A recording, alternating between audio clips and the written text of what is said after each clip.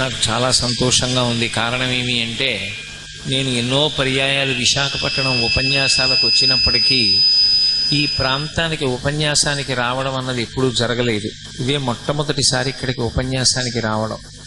మీ అందరూ నా మీద ఇంత ప్రేమతో, ఇవాళ ఆదివారం మీ అందరూ సంతోషంగా ఇంటి దగ్గర కుటుంబాలతో గడపవలసినటువంటి రోజున కూడా ఇంత ఇరుగ్గా ఈ ప్రాంగణంలో కూర్చుని నా యందు మీరు అభివ్యక్తం చేసినటువంటి ప్రేమాభిమానాలకి నేను ప్రారంభంలోనే మీ అందరికీ శిరస్సు ఉంచి నా నమస్కృతులను అర్పిస్తున్నాను. నేను ఫలానా విషయం మీద మాట్లాడాలి అని కార్యకర్తలు నాకేం నిర్దేశించలేదు. ఇక్కడికి వచ్చాక మాట్లాడండి అని పిలిచారు వేదిక మీదకి. కానీ దేశకాలములు అని 2 మాటలున్నాయి వేదాంతంలో. నువ్వు వెళ్ళినటువంటి ప్రదేశాన్ని, అక్కడ ఉన్నటువంటి కాలాన్ని దృష్టిలో పెట్టుకుని ఏదైనా చెయ్యవలసి ఉంటుంది. అందుకని నేను దేశకాలాదులను లెక్కలోకి తీసుకున్నప్పుడు పరమేశ్వరుడికి అభిషేకం జరిగినటువంటి వేళ కనుక నేను ఆ అభిషేక ప్రక్రియని గురించే 4 మాటలు మాట్లాడే ప్రయత్నం చేస్తాను. అభిషేకము అనేటటువంటి మాట షోడశోపచారాలలో మనం అన్వయం చేస్తాం. షోడశోపచారాలలో అభిషేకము అన్న మాటకు అర్థం స్నానము అని. బాహ్యార్థం తేలికగా అర్థం చేసుకోవడానికి ఉపయుక్తమయ్యే అర్థం ఏది అంటే స్నానము. కానీ నేను స్నానం చేశాను అనుకోండి, కోటేశ్వరరావు గారికి అభిషేకం జరుగుతోంది అని అనకూడదు, లేకపోతే ఆయన అభిషేకం చేసుకుంటున్నారు అనకూడదు. స్నానమే చేస్తున్నాం అనాలి. పరమేశ్వరుడికి కూడా స్నానం అన్న మాటే వాడతాం. షోడశోపచారాలలో అభిషేకం సమర్పయామి అనం, స్నానం సమర్పయామి అంటాం. స్నానం సమర్పయామి అన్నప్పుడు మంత్రపూరితమైనటువంటి జలం కలశలో ఉంటుంది. నదులను మంత్రశక్తి చేత ఆవాహన చేస్తారు. గంగే చ యమునే చైవ గోదావరి సరస్వతి నర్మదే సింధు కావేర్యౌ జలేస్మిన్ సన్నిధింకురు ఆయాం తు ఈశ్వర స్నానార్థం కలశోదకేన నదీజలం ఆవాహయామి. నదుల యొక్క జలాల్ని ఆవాహన చేసి ఆ నీటితో ఆపోహిష్టామయో భవస్థాన ఊర్జీ దధాతన మహేరణాయి చచ్చసే యోవశివతమో రసస్తస్య భాజీతేహన వంటి మంత్రాలతో జలములను ప్రోక్షిస్తారు, ఒకసారి చల్లుతారు. చల్లినంత మాత్రం చేత దాన్ని స్నానంగా ఆయన స్వీకరిస్తాడు. ఆయన స్వీకరించడం కాదు, మనం దర్శనం చెయ్యాలి. పరమేశ్వరుని యొక్క స్నానాన్ని ఎవరైనా దర్శనం చేస్తే వాళ్ళకి 2 ఫలితములు కలుగుతాయి. ఒకటి అలక్ష్మి నివారణం అవుతుంది, 2 లక్ష్మి కటాక్షిస్తుంది. ఈ 2 జరగాలి అంటే ప్రతి ఇంటిలోనూ కూడా షోడశోపచార పూజలో భగవంతునికి స్నానం సమర్పయామి అని స్నానాన్ని భావన చెయ్యాలి. ఆ స్నానం ఎలా భావన చెయ్యాలో కూడా మనకి తెలియదని శంకర భగవత్పాదులు కనకధారా స్తవంలో మనకి నేర్పారు. దిగ్గస్థిభిక్ కనక కుంభముఖావ సృష్ట స్వర్వాహిని విమలచారు జలప్లుతాంగీం ప్రాతర్నమామి జగతాం జననీమశేషలోకాధినాథ గృహిణీం అమృతాబ్ధిపుత్రీం అని పిలిచారు లక్ష్మీదేవిని. అమృతాబ్ధిపుత్రి, ఓ నారాయణుని యొక్క ఇల్లాలా, నీవు స్నానం చేయడాన్ని నేను భావన చేస్తున్నాను. ఆమె మనకు తల్లి, మనం బిడ్డలం. అమ్మ స్నానాన్ని బిడ్డల భావనతో చూడాలి తప్ప పురుషుడనన్న భావనతో చూడకూడదు. శివే శృంగారార్ద్ర తదితర జనే కుత్సనపర అంటారు శంకరాచార్యుల వారు. అమ్మవారి దగ్గరికి వెళ్ళి నిలబడ్డప్పుడు నేను పురుషుణ్ణి అన్న భావనతో ఎవరు నిలబడతాడో వాడి పట్ల అమ్మవారి కన్ను ఎరిపెక్కుతుంది. అమ్మా, నేను నీ బిడ్డని అన్న భావనతో నిలబడవలసి ఉంటుంది. అప్పుడు ఎటువంటి అభిషేకాన్ని దర్శనం చెయ్యాలి, ఎటువంటి స్నానాన్ని దర్శనం చెయ్యాలి అంటే దిగ్గస్థిభిక్ కనకకుంభ ముఖావ సృష్ట స్వర్వాహిని విమలచారు జలప్లుతాంగీం. ఈ భూమండలాన్నంతటినీ మోస్తుంటాయి కింద, వాటిని దిగ్గజములు అంటారు. ఆ దిగ్గజములు స్వర్వాహిని, ఊర్ధ్వలోకాల్లో ప్రవహించేటటువంటి ఆకాశ గంగని బంగారు కలశలలో పట్టుకుని వచ్చి గజలక్ష్మీ స్వరూపం అంటాం. అమ్మవారికి 2 పక్కల ఏనుగులు నిలబడి బంగారు కలశలతో తొండాలు పైకెత్తి నీళ్లు పోస్తాయి. ఆ నీళ్లు పోస్తున్నప్పుడు విమలచారు జలప్లుతాంగీం, ఆమె తెల్లటి బట్ట కట్టుకుని ఆ స్నానశాటిలో అమ్మవారు ఆ దిగ్గస్థిభి కనక కుంభ ముఖావ సృష్ట స్వర్వాహిని ఆ దిగ్గజములు బంగారు కలశములతో పోస్తున్నటువంటి నీటి యందు తడిసి ఉంటుంది. ఆ తడిసినటువంటి అమ్మవారిని లిప్త కాలం ఒక్కసారి దర్శనం చేస్తే చాలు. మనసులో దర్శనం చేస్తే అలక్ష్మీర్మే నశ్యతాం తాం రుణే అని శ్రీ సూక్తం. అలక్ష్మి నివారణమవుతుంది. అలక్ష్మి ఎక్కడి నుంచి వస్తుంది అంటే భూమిలోంచి పైకొస్తూ ఉంటుంది.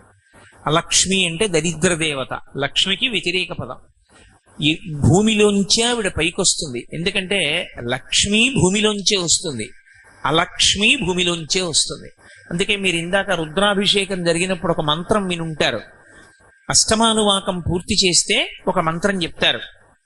ద్రాపేయం ధస్సస్పతే దరిద్రం నీలలోహిత ఏషాం పురుషాణం ఆభేర్మారోమో ఏషాం కించనా మమత్ అని. ఆ మంత్రానికి అర్థం ఏమిటంటే లక్ష్మి అలక్ష్మి ఏకకాలంలో పైకొచ్చాయనుకోండి, లక్ష్మి పైకొస్తుంది, అలక్ష్మి పైకొస్తుంది. భూమి రెండింటినీ అనుమతిస్తుంది. ఈ రెండు పైకి కానీ వస్తే ఒక ప్రమాదం వస్తుంది. ఏమొస్తుంది అంటే ఇంట్లో ఐశ్వర్యం ఉంటుంది, తాను అనుభవించడానికి అయోగ్యుడవుతాడు. ఇంటి నిండా మధుర పదార్థాలు ఉంటాయి, తిందామంటే మధుమేహం ఉంటుంది. ఇంటి నిండా చక్కటి పచ్చళ్ళు కూరలు భార్య చేసి పెట్టగలదు, అనుకూలవతి. అనుకూలవతి అయినటువంటి భార్య అన్నీ వండి సిద్ధం చేసినా తాను ఉప్పు తినకూడదు, కారం తినకూడదు, రక్తపోటు ఉంటుంది. సప్పిడి తిని జీవనం చేస్తూ ఉంటాడు. లేక కాదు, అన్నీ ఉన్నాయి. కానీ లక్ష్మి ఉన్న చోటే అలక్ష్మి కూడా ఉంటుంది. అలక్ష్మి భూమిలోకి నెట్టివేయబడాలి, లక్ష్మి అనుమతింపబడాలి. లక్ష్మిని అనుమతించి అలక్ష్మిని తొక్కగలిగినదేది అంటే ఒక్క ఎద్దుకే ఆ లక్షణం ఉంది. లోకంలో లక్ష్మి అలక్ష్ములను రెండింటినీ కూడా ఆవాహన పలికి విసర్జనం చేయడానికి అమ్మవారు రెండు ప్రాణులను సృష్టించింది. ఒకటి ముందు భాగంలో లక్ష్మిని అనుగ్రహిస్తూ అలక్ష్మిని తొక్కుతుంది, ఒకటి వెనుక భాగంలో పూజ చేత లక్ష్మిని కటాక్షిస్తుంది. ఆవుకి పృష్ఠభాగంలో పూజ చేస్తే లక్ష్మీ కటాక్షం. ఎద్దు ముందు భాగంలో మెడ మీద కాడి పెట్టుకుని నడుస్తుంది. ఉత్తిగా ఎద్దు నడవడం కాదు, మెడ మీద కాడి ఉండి తీరాలి. ఉండి నడిచింది అంటే నాగలి ఉన్నది అని గుర్తు, లేదా బండి కట్టి ఉన్నది అని గుర్తు. భూమి మీద అలా ఎద్దు నడిస్తే ఆ ఎద్దు యొక్క పాదముల నుండి అమృత బిందువులు పడతాయి. ఆ అమృత బిందువులు పడుతూ ఎద్దు నడుస్తున్నప్పుడు ఎద్దు యొక్క డెక్క స్పర్శ చేత అలక్ష్మి మళ్ళీ భూమిలోకి వెళ్ళిపోతుంది, దరిద్ర దేవత. లక్ష్మి మాత్రమే పైకొస్తుంది. అలా ఎద్దుల చేత తొక్కబడినటువంటి భూమి ఏది ఉంటుందో అది సమస్తాన్ని అనుగ్రహిస్తుంది. లోకంలో నేను ఒక మాట చెప్తే మీరు తెల్లబోతారు. అసలు లోకంలో అలక్ష్మి విపరీతంగా దేనికి ప్రబలుతుంది అని అడిగారు వేదంలో. అలక్ష్మి దరిద్ర దేవత విపరీతంగా ప్రబలడానికి, చిన్నతనం నుంచే కళ్ళజోడు రావడానికి, చక్షు సంబంధమైనటువంటి వ్యాధులు విపరీతంగా పెరగడానికి కారణం ఏమి అంటే కోళ్ళని విపరీతంగా పెంచి కోడిగుడ్డు తినడమే కారణము అని వేదంలో ఒక మాట. ఎక్కడైనా యజ్ఞం చేసేటప్పుడు ఆ యజ్ఞానికి సంబంధించినటువంటి యజ్ఞవాటము అంటారు. ఆ హోమశాల కడితే హోమశాలలో నిలబడి బ్రహ్మస్థానం అని ఒక స్థానం ఉంటుంది. బ్రహ్మస్థానం మొట్టమొదట వేదంలోంచి కొన్ని మంత్రాలు చెప్తారు. ఆ మంత్రాలు ఎందుకు చెప్తారంటే కోడిగుడ్డు తినే అలవాటు ఎవరైనా ఈ ప్రాంగణంలోకి ప్రవేశించి ఉంటే, కోడిగుడ్డు తినే అలవాటు ఉన్నవాడు ఇక ఆ ప్రాంగణంలోకి దేవతలు రారు, తీసుకోరు హవిస్సు. అటువంటి వాడు ఎవరైనా వచ్చి ఉన్నా, ఈ చుట్టుపక్కల ఉన్న తద్దోషము నివారణ అగుగాక, దేవతలు ప్రవేశింతురుగాక అని ఆహ్వానం పలుకుతారు. కోడిగుడ్డు అంత హేయమైన పదార్థంగా వేదంలో వర్ణింపబడింది. దేశంలో దరిద్రం ఎందుకు ఉత్పన్నమవుతుంది, ప్రమాదములు ఎందుకు విశేషంగా జరుగుతాయని అడిగారు. కోడిగుడ్డు తినడం ఎక్కువైపోతే, కోళ్ళని పెంచడం ఎక్కువైపోతే, యథేచ్ఛగా కోడిని సంహరించి మాంసం తింటే దరిద్ర దేవతకి ఆహ్వానం పలికినట్టు. ఎద్దు యొక్క డెక్క భూమికి తగిలితే, కాడి మెడ మీద పెట్టుకున్నటువంటి ఎద్దు భూమి మీద దున్నితే అలక్ష్మి లోపలికి వెళ్ళిపోతుంది, లక్ష్మి పైకి వస్తుంది. ఆ లక్ష్మి పైకి వస్తే అలక్ష్మి ఉండదు. కానీ భూమిని గౌరవించడంలో మనం ఎన్నో దోషాలు చేస్తాం. అప్పుడు అలక్ష్మి యొక్క వైపరీత్యం పెరిగిపోతుంది. అలా పెరిగిపోకుండా ఉండాలంటే మరి ఏం చెయ్యాలి అని అడిగారు. నేను కోడిగుడ్డు తినకపోవచ్చు, కోడిగుడ్డు తినేవాళ్ళు ఎందరో ఉండొచ్చు, వాళ్ళందరినీ నేను మాన్పించలేనుగా, మరి ఏం చెయ్యాలని అడిగారు. అభిషేకం చేయమన్నారు. స్నానాన్ని మనసులో భావన చేసి తమలపాకు చివర నీళ్లు తీసి చల్లి మనసులో అమ్మవారు స్నానం చెయ్యడాన్ని భావన చేసినా లక్ష్మీ కటాక్షం కలిగి అలక్ష్మిపోతుంది. లేదు, అలా లోకమంతా నిండిపోయింది కలిపురుషుని యొక్క ప్రభావం చేత రుద్రాభిషేకం చేస్తారు. చేసి ఈ మంత్రం చెప్తారు, ద్రాపేయం ధస్సస్పతే దరిద్రం నీలలోహిత అని. అంటే ఓ ఈశ్వరా, మీ అనుగ్రహము చేత దరిద్రలక్ష్మి రాకుండుగాక. దరిద్రలక్ష్మి అంటే వ్యక్తిగతంగా చెప్పినప్పుడు ఇంట్లో అన్నం ఉండి తినడానికి అధికారం లేకుండా పోకుండా ఉండుగాక, ఇంట్లో భోగోపకరణాలుండి భోగం అనుభవించడానికి యోగ్యత లేకుండా శరీరం పాడైపోకుండా ఉండుగాక. అది కలగాలి అంటే అలక్ష్మీ నివారణం జరిగి లక్ష్మీ అనుగ్రహం కలగాలి అంటే యజుర్వేదాంతర్గతమైనటువంటి శ్రీరుద్ర మంత్రాలతో పరమశివలింగానికి అభిషేకం చేస్తే ఆ అభిషేకం చేత శివలింగం చల్లబడుతుంది. నేను మీతో ఒక మాట మనవి చేస్తాను, కొంచెం జాగ్రత్తగా పట్టుకునే ప్రయత్నం చెయ్యండి. ఒక శివలింగానికి అభిషేకం చేసిన వాళ్ళకి ఫలితం వస్తుందా, చూసిన వాళ్ళకి ఫలితం వస్తుందా, రుద్రమంత్రాల్ని జపం చేస్తే వస్తుందా, రుద్రమంత్రాన్ని పైకి చదివితే వస్తుందా అని అడిగారు అనుకోండి, ఈ అనుమానం వస్తుందని యజుర్వేదంలో శ్రీరుద్ర ప్రారంభంలోనే దీనికి వివరణం చేశారు. అసలు శివలింగానికి అభిషేకం చేస్తే లోకం ఎందుకు చల్లబడాలి అంటే, అక్కడ జరుగుతున్నటువంటిది కేవలం శివలింగానికి అభిషేకం అని అనుకోకూడదు. శివలింగానికి ఒక లక్షణం ఉంటుంది, అది 5 వైపులకి చూస్తుంది. కరచరణాదులతో ఒక మూర్తి ఉందనుకోండి, కాళ్ళు చేతులతో, అది వెనక్కి చూస్తుందని చెప్పకూడదు, తప్పు. ఎందుచేతనంటే వెనక్కి కళ్ళు పెట్టరు, వెనక నుంచి పూజ ఉండదు. కరచరణాదులతో ఉన్నటువంటి మూర్తి ఉన్న దేవాలయంలోకి వెళ్ళి వెనక కూర్చుని పూజ చెయ్యకూడదు, అది నిషిద్ధం శాస్త్రంలో. నేను ఏదో బాలాత్రిపుర సుందరి అమ్మవారి దేవాలయానికి వెళ్ళి అమ్మవారి పక్కన కూర్చుని కుంకుమార్చన చెయ్యాలి తప్ప అభిముఖంగా కూర్చుని పూజ చేసేటటువంటి అధికారం అసలు దేవాలయంలో పక్కన పెట్టండి, ఇంట్లో కూడా లేదు. ఇంట్లో కూడా మీ పూజా మందిరానికి అభిముఖంగా కూర్చుని మీరు పూజ చేస్తే కొత్తగా ఫలితం వచ్చే మాట దేవుడెరుగు, కానీ మీకున్నటువంటి తేజస్సుని హరించేస్తాడు ఈశ్వరుడు. కారణం ఏమి అంటే, నేను విశేషమైన తేజోవంతమైన దీపం వంక అలా చూశాను అనుకోండి, నా కంటికి చూసే శక్తి సన్నగిల్లుతుంది, కాసేపు చీకటిగా ఉంటుంది. ఎందుకంటే దాని శక్తి ముందు నా కంటి శక్తి చాలదు, ఈ వెలుతురు ఆ వెలుతురు ముందు నిలబడలేదు. అలాగే మన తేజస్సు ఈశ్వర తేజస్సు ముందు నిలబడదు కాబట్టి ఏది ఎక్కువ తేజస్సు అది తక్కువ తేజస్సుని హరిస్తుంది. మీరు పూజలో ఎంతసేపు అభిముఖంగా కూర్చున్నారో అంతసేపు మీ తేజస్సుని ఈశ్వరుడు హరిస్తాడు. అయితే ఒక్క ఉపకారం జరుగుతుంది, ఇంట్లో సింహాసనంలో ఉంటాడు కాబట్టి రక్షిస్తూ ఉంటాడు. అందుకే అభిముఖ పూజ లేదు, భగవంతుడికి ఎదురుగుండా కూర్చుని పూజ చేయడం అనేటటువంటిది పరమ అశాస్త్రీయమైనటువంటి పూజ. అసలు అటువంటి పూజ చేయకూడదు, ఎక్కడా జరగకూడదు. దేవాలయంలో కూడా అర్చన చేసేటప్పుడు ఒక పక్కకి కూర్చుని అర్చన చేస్తారు, దక్షిణ దిక్కుని చూడకుండా. దక్షిణ దిక్కుకి చూడకుండా చెయ్యాలి పూజ. చేసే నమస్కారం దక్షిణానికి వెళ్ళకూడదు. ఒక్క సంధ్యావందనం చేసినప్పుడు దిగ్దేవతా నమస్కారంలో తప్ప ఇతర కార్యముల యందు దక్షిణ దిక్కుకి నమస్కారం లేదు. అందుకే మహాత్ములు శరీరం విడిచిపెట్టినప్పుడు వాళ్ళ యొక్క సమాధి మీద శివలింగం ఉంచితే అధిష్టానం అంటారు, తులసి చెట్టు ఉంచితే బృందావనం అంటారు. అధిష్టానానికి కానీ బృందావనానికి కానీ వెళ్ళి నమస్కారం చేసినప్పుడు దక్షిణ దిక్కెటు అని అడిగి నమస్కారం చెయ్యాలి. మన ఇష్టం వచ్చినట్లు నమస్కారం చేస్తే అది యమధర్మరాజు గారికి ఎడుతుంది. ఆయన దక్షిణ దిక్కుకు అధిపతి, ఆయన ప్రీతి చెందాడనుకోండి, ఆయన ఇవ్వవలసిన అనుగ్రహం ఆయన ఇస్తాడు. అది మనకి ఆమోదయోగ్యం కాదు కాబట్టి, అంటే ఏమంటే మరి ఎప్పటికీ చచ్చిపోకూడదా అంటే, త్రయంబకం యజామహే సుగంధిం పుష్టివర్ధనం ఉర్వారుకమివ బంధనాన్ మృత్యోర్ముక్షీయమామృతాత్.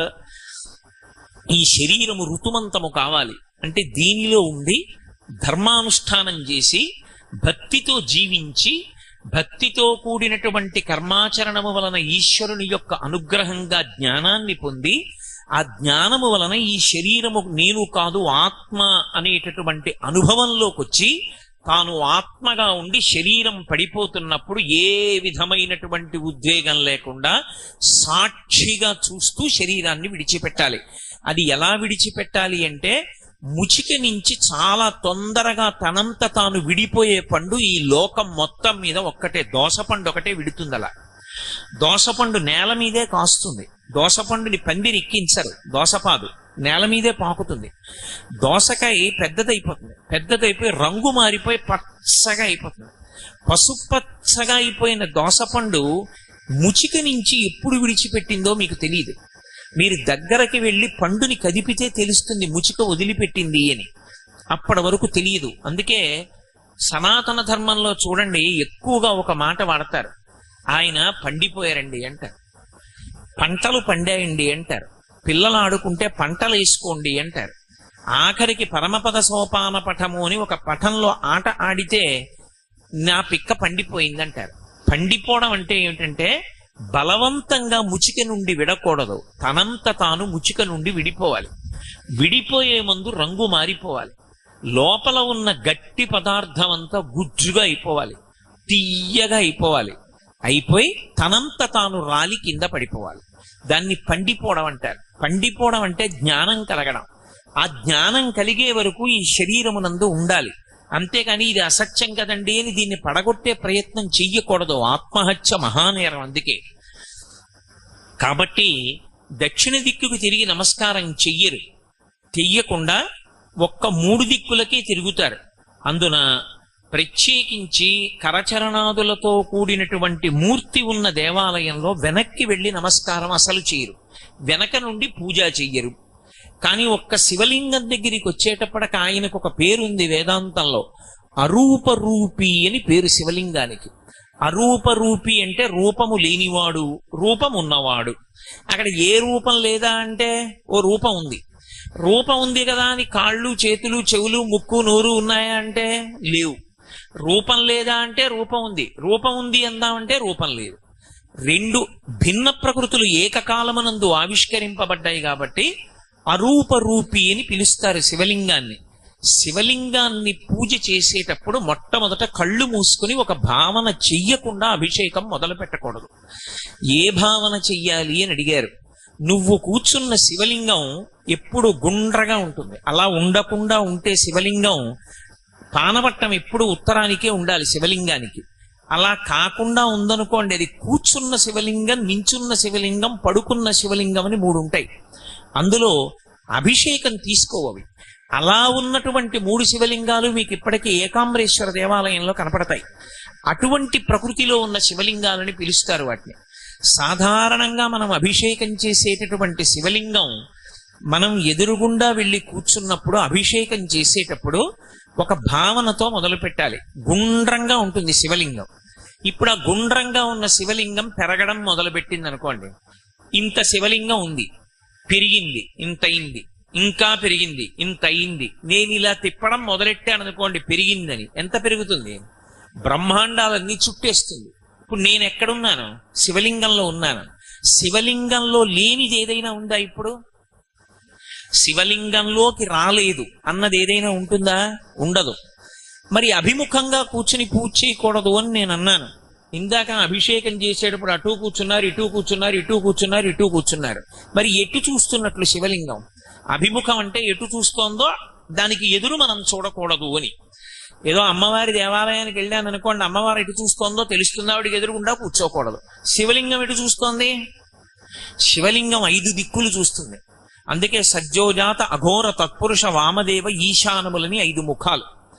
5 ముఖాలతో చూస్తాడు. తూర్పుకి చూసే ముఖం తత్పురుష ముఖం, దక్షిణాన్ని చూసేటటువంటి ముఖం అఘోర ముఖం, పశ్చిమాన్ని చూసేటటువంటి ముఖం సజ్జోజాత ముఖం, ఉత్తరాన్ని చూసే ముఖం వామదేవ ముఖం, పైకి చూసేటటువంటి ముఖం ఈశాన ముఖం. అందుకే శివలింగానికి అభిషేకం చేసే ముందు ఈ 5 ముఖాల్ని ముందు ప్రార్థన చేస్తారు మనసులో మౌనంగా. ప్రార్థన చేస్తే, ఇప్పుడు మీరు శివలింగానికి ఎదురుగుండా కూర్చోకూడదని నేను అన్నాను అనుకోండి, మీరు ఎలా కూర్చోవాలి? అసలు కూర్చోడానికి అవకాశం లేదు ఇక. అందుకే శివలింగం దగ్గరికి వచ్చేటప్పటికి మినహాయింపు. మీరు ఎటు కూర్చుని అభిషేకం చేశారన్న దాన్ని తప్పట్టకూడదు. ఎటైనా కూర్చుని అభిషేకం చేసేయచ్చు. ఎందుకంటే అసలు శివలింగం ఎటు చూస్తోందో అటువైపుకి ఎదురుగా నేను కూర్చోను అంటే మీరు శివలింగం దగ్గర కూర్చోవడం సాధ్యం కానే కాదు. అందుకని అన్ని వైపులా చూస్తుంటాడు ఆయన, అన్ని వైపులా చూస్తాడు, అన్నీ ఆయనలోకే వచ్చేస్తాయి. శివాభిషేకం చేసే ముందు మీరు ఎన్ని పదార్థాలు వాడారని కాని, మంత్రం ఎంత బాగా చెప్పారని కాని, మీరు ఎన్ని పదార్థాలతో దేని తర్వాత ఏది వాడారని కాని అన్నదానికన్నా మీరు ధ్యానం ఏం చేశారన్న దాని మీద ప్రధానంగా ఆధారపడి ఉంటుంది. అందుకే ఆపాతాళ నభస్థలంత భువన బ్రహ్మాండమా విస్ఫురత్ జ్యోతిస్ఫాటికలింగ మౌళి విలసత్పూర్ణేందువాంతామృతై అస్తోకాప్లుతమేకమీశమనిశం రుద్రానువాకాన్ జపన్ ధ్యాయేత్ ఈప్సిత సిద్ధయే ధ్రువపదం విప్రోభిషించేత్ శివం బ్రహ్మాండ వ్యాప్త దేహాభసిత హిమరుచాభాసమానా భుజంగై కంఠే కాళాః కపర్దాః కలిత శశికళశ్చండ కోదండహస్తాః త్రిక్షా రుద్రాక్షమాలా సొలలిత వపుష సంభవా మూర్తిభేదాః రుద్రాశ్రీ రుద్రసూక్త ప్రకటిత విభవాన ప్రయచ్చస్తు సౌఖ్యం అని నమకం మొదలు పెట్టరు. చమకంలోంచి శంచ మే మయశ్చ మే అనుకామశ్చ మే కామశ్చ మే సౌమనసశ్చ మే భద్రంచ మే శ్రేయశ్చ మే వస్యశ్చ మే యశశ్చ మే అంటూ ఆ అనువాకంతో ప్రారంభం చెయ్యాలి అభిషేకాన్ని. అభిషేక ప్రక్రియ మొదలు పెట్టినప్పుడు మీ ఇష్టం వచ్చిన పదార్థాన్ని శివాభిషేకంలో ఉపయోగించడం నిషిద్ధం. మీ ఇష్టం వచ్చిన పదార్థాన్ని మీ ఇష్టం వచ్చిన క్రమంలో అభిషేకం చెయ్యడాన్ని అంగీకరించదు శైవాగమం. అభిషేకం చేసేటప్పుడు కలశపాత్ర చాలా పెద్దది పెట్టుకుని కలశ పూజ చెయ్యాలి. చేసి నారుద్రో రుద్రమర్చయేత్ మహన్యాసం చేసి ఆ కలశలో ఉన్న జలాలు పూర్తి కాకముందే మళ్ళీ తీసుకొచ్చి నీళ్లు పోస్తూ ఉండాలి. అలా నీళ్లు పొయ్యడం కానీ అభిషేకం కానీ ఎవరు చెయ్యాలి అంటే గోచి పోసి పంచ కట్టుకున్న వాడికొక్కడికే అక్కడ కూర్చునే అధికారం. అందరూ వచ్చి మీద నీళ్లు పొయ్యకూడదు. వికచ్చః అనుత్తరీయశ్చ నగ్నశ్చ అవస్త్రయేవచ అని వేదం. గోచీపోసి పంచ కట్టుకోకపోయినా, వికచ్చః అనుత్తరీయశ్చ ఉత్తరీయం వేసుకోకపోయినా వాడు దిగంబరంగా వచ్చి కూర్చుని పూజ చేసినట్టు. దానివల్ల రాక్షస ప్రీతి కలిగి అలక్ష్మి పైకొస్తుంది భూమిలోంచి. అందుకే శివలింగాభిషేకం చేసే ముందు మహన్యాసం చేయిస్తారు. చేయించి ప్రార్థనా శ్లోకాన్ని గట్టిగా పట్టుకోవాలి. శివలింగం వంక చూస్తూ ఏమని భావన చెయ్యాలంటే ఇది ఆపాతాళ నభస్థలంత భువన బ్రహ్మాండమా విస్ఫురత్. ఈ పాతాళలోకం దగ్గర నుంచి బ్రహ్మాండములు ఎంతవరకు ఉన్నాయో అంతవరకు ఈ శివలింగమే నిండిపోయింది. నిండిపోతే ఇప్పుడు దీని మీద చంద్రబింబం ఉంది. చంద్రబింబానికి ఓ లక్షణం ఉంటుంది. ఆయనకి సుధాకర హిమకర అని పేరు. అమృత బిందువులు పడుతూ ఉంటాయి చంద్రుడి మించి. ఆ అమృతధార పడుతూ ఉంటుంది. ఆ అమృతధారలో తడిసిపోతూ ఉంటుంది ఈ బ్రహ్మాండమంతా. తడిసిపోతుంటే చల్లగా ఉంటుంది. ఆ చల్లగా ఉన్నటువంటి శివలింగం చంద్రుని నుండి కరిగినటువంటి అమృతధారలతో తడుస్తోంది. అలా ఈ బ్రహ్మాండాన్నంతటినీ ఒక్కసారి శివలింగంగా భావన చెయ్యాలి. దూర్జటి చేశాడు కాళహస్తీశ్వర మహాత్మ్యంలో. సువర్ణముఖరీ నది స్నానానికి వెళ్ళి స్నానం చేసి బయటికి వచ్చాడు. ఆయన యొక్క శివభక్తికి ఆయనకి యజుర్వేదంలో చెప్పిన దర్శనమైంది. ఉదయగ్రావము పానవట్టము అభిషేకో తత్ప్రవాహంబు వార్ధి ధరిధ్వంతము ధూపధూమము జ్వలద్దీప ప్రభారాశి కౌముది జ్వాలానివహంబులద్భుత సుమంబులుగా తమోదూత సఖ్యదమై సీత గభస్బింబ శివలింగం ఒప్పె ప్రాచీదిశన్నన్నాడు. పానవట్టం చూస్తే దిక్కులు చెప్పేయచ్చు. దిగ్భ్రాంతి అని ఒకటి ఉంటుంది. భ్రాంతి అంటే తెలియకపోవడం. నేనేమో ఈ ఊరు వచ్చాను అనుకోండి, నాకేదో విడిది ఇచ్చారా, విడిదిలోకి వెళ్ళాను అనుకోండి, నేను సంధ్యావందనం చెయ్యాలి. సంధ్యావందనం చేసి దిగ్దేవతా నమస్కారం చేద్దామని లేచి నిలబడ్డాను అనుకోండి, ఏది ఏ దిక్కు నాకు తెలియదు. ఎంత పండితుడైనా కావచ్చు, ఎంత చదువుకున్నవాడైనా కావచ్చు, ఏ దిక్కో నాకు తెలియదు. అప్పుడు నేను ఒకటి సూర్యోదయ సమయంలో చూసుకోవాలి, ఎటొస్తోందో సూర్యబింబం వెలుతురు ఎటొస్తోందో చూడాలి. తెలియకపోతే నేను ఇంత పండితుండని భావన చేయకూడదు, అడగాలి. ఏమంటే తూర్పు పెట్టండి అని అడగాలి. దాన్ని దిగ్భ్రాంతి అంటారు. దిక్కులు తెలియకుండుట. దిక్కు తెలియాలంటే శివాలయంలోకి ఎడతారు. ఎవరినీ అడగకుండా దిక్కు తెలుసుకోవాలంటే లోకానికి దిక్కు ఎవరంటే శివుడే. ఆయన దగ్గర కడితే దిక్కులు తెలుస్తాయి. ఎందుకు తెలుస్తాయంటే పానవట్టం ఎప్పుడూ ఉత్తర దిక్కునే చూడాలి. అభిషేక జలాలు ఉత్తర దిక్కు నుంచి తప్ప వేరొక దిక్కు పడడాన్ని నిషేధించింది శైవాగమం. ఒక్క ఉత్తర దిక్కుకే పడాలి పానవట్టం మించి. కాబట్టి ఉత్తరం వైపుకి ఎటుందో పానవట్టం చూస్తే అది ఉత్తరం.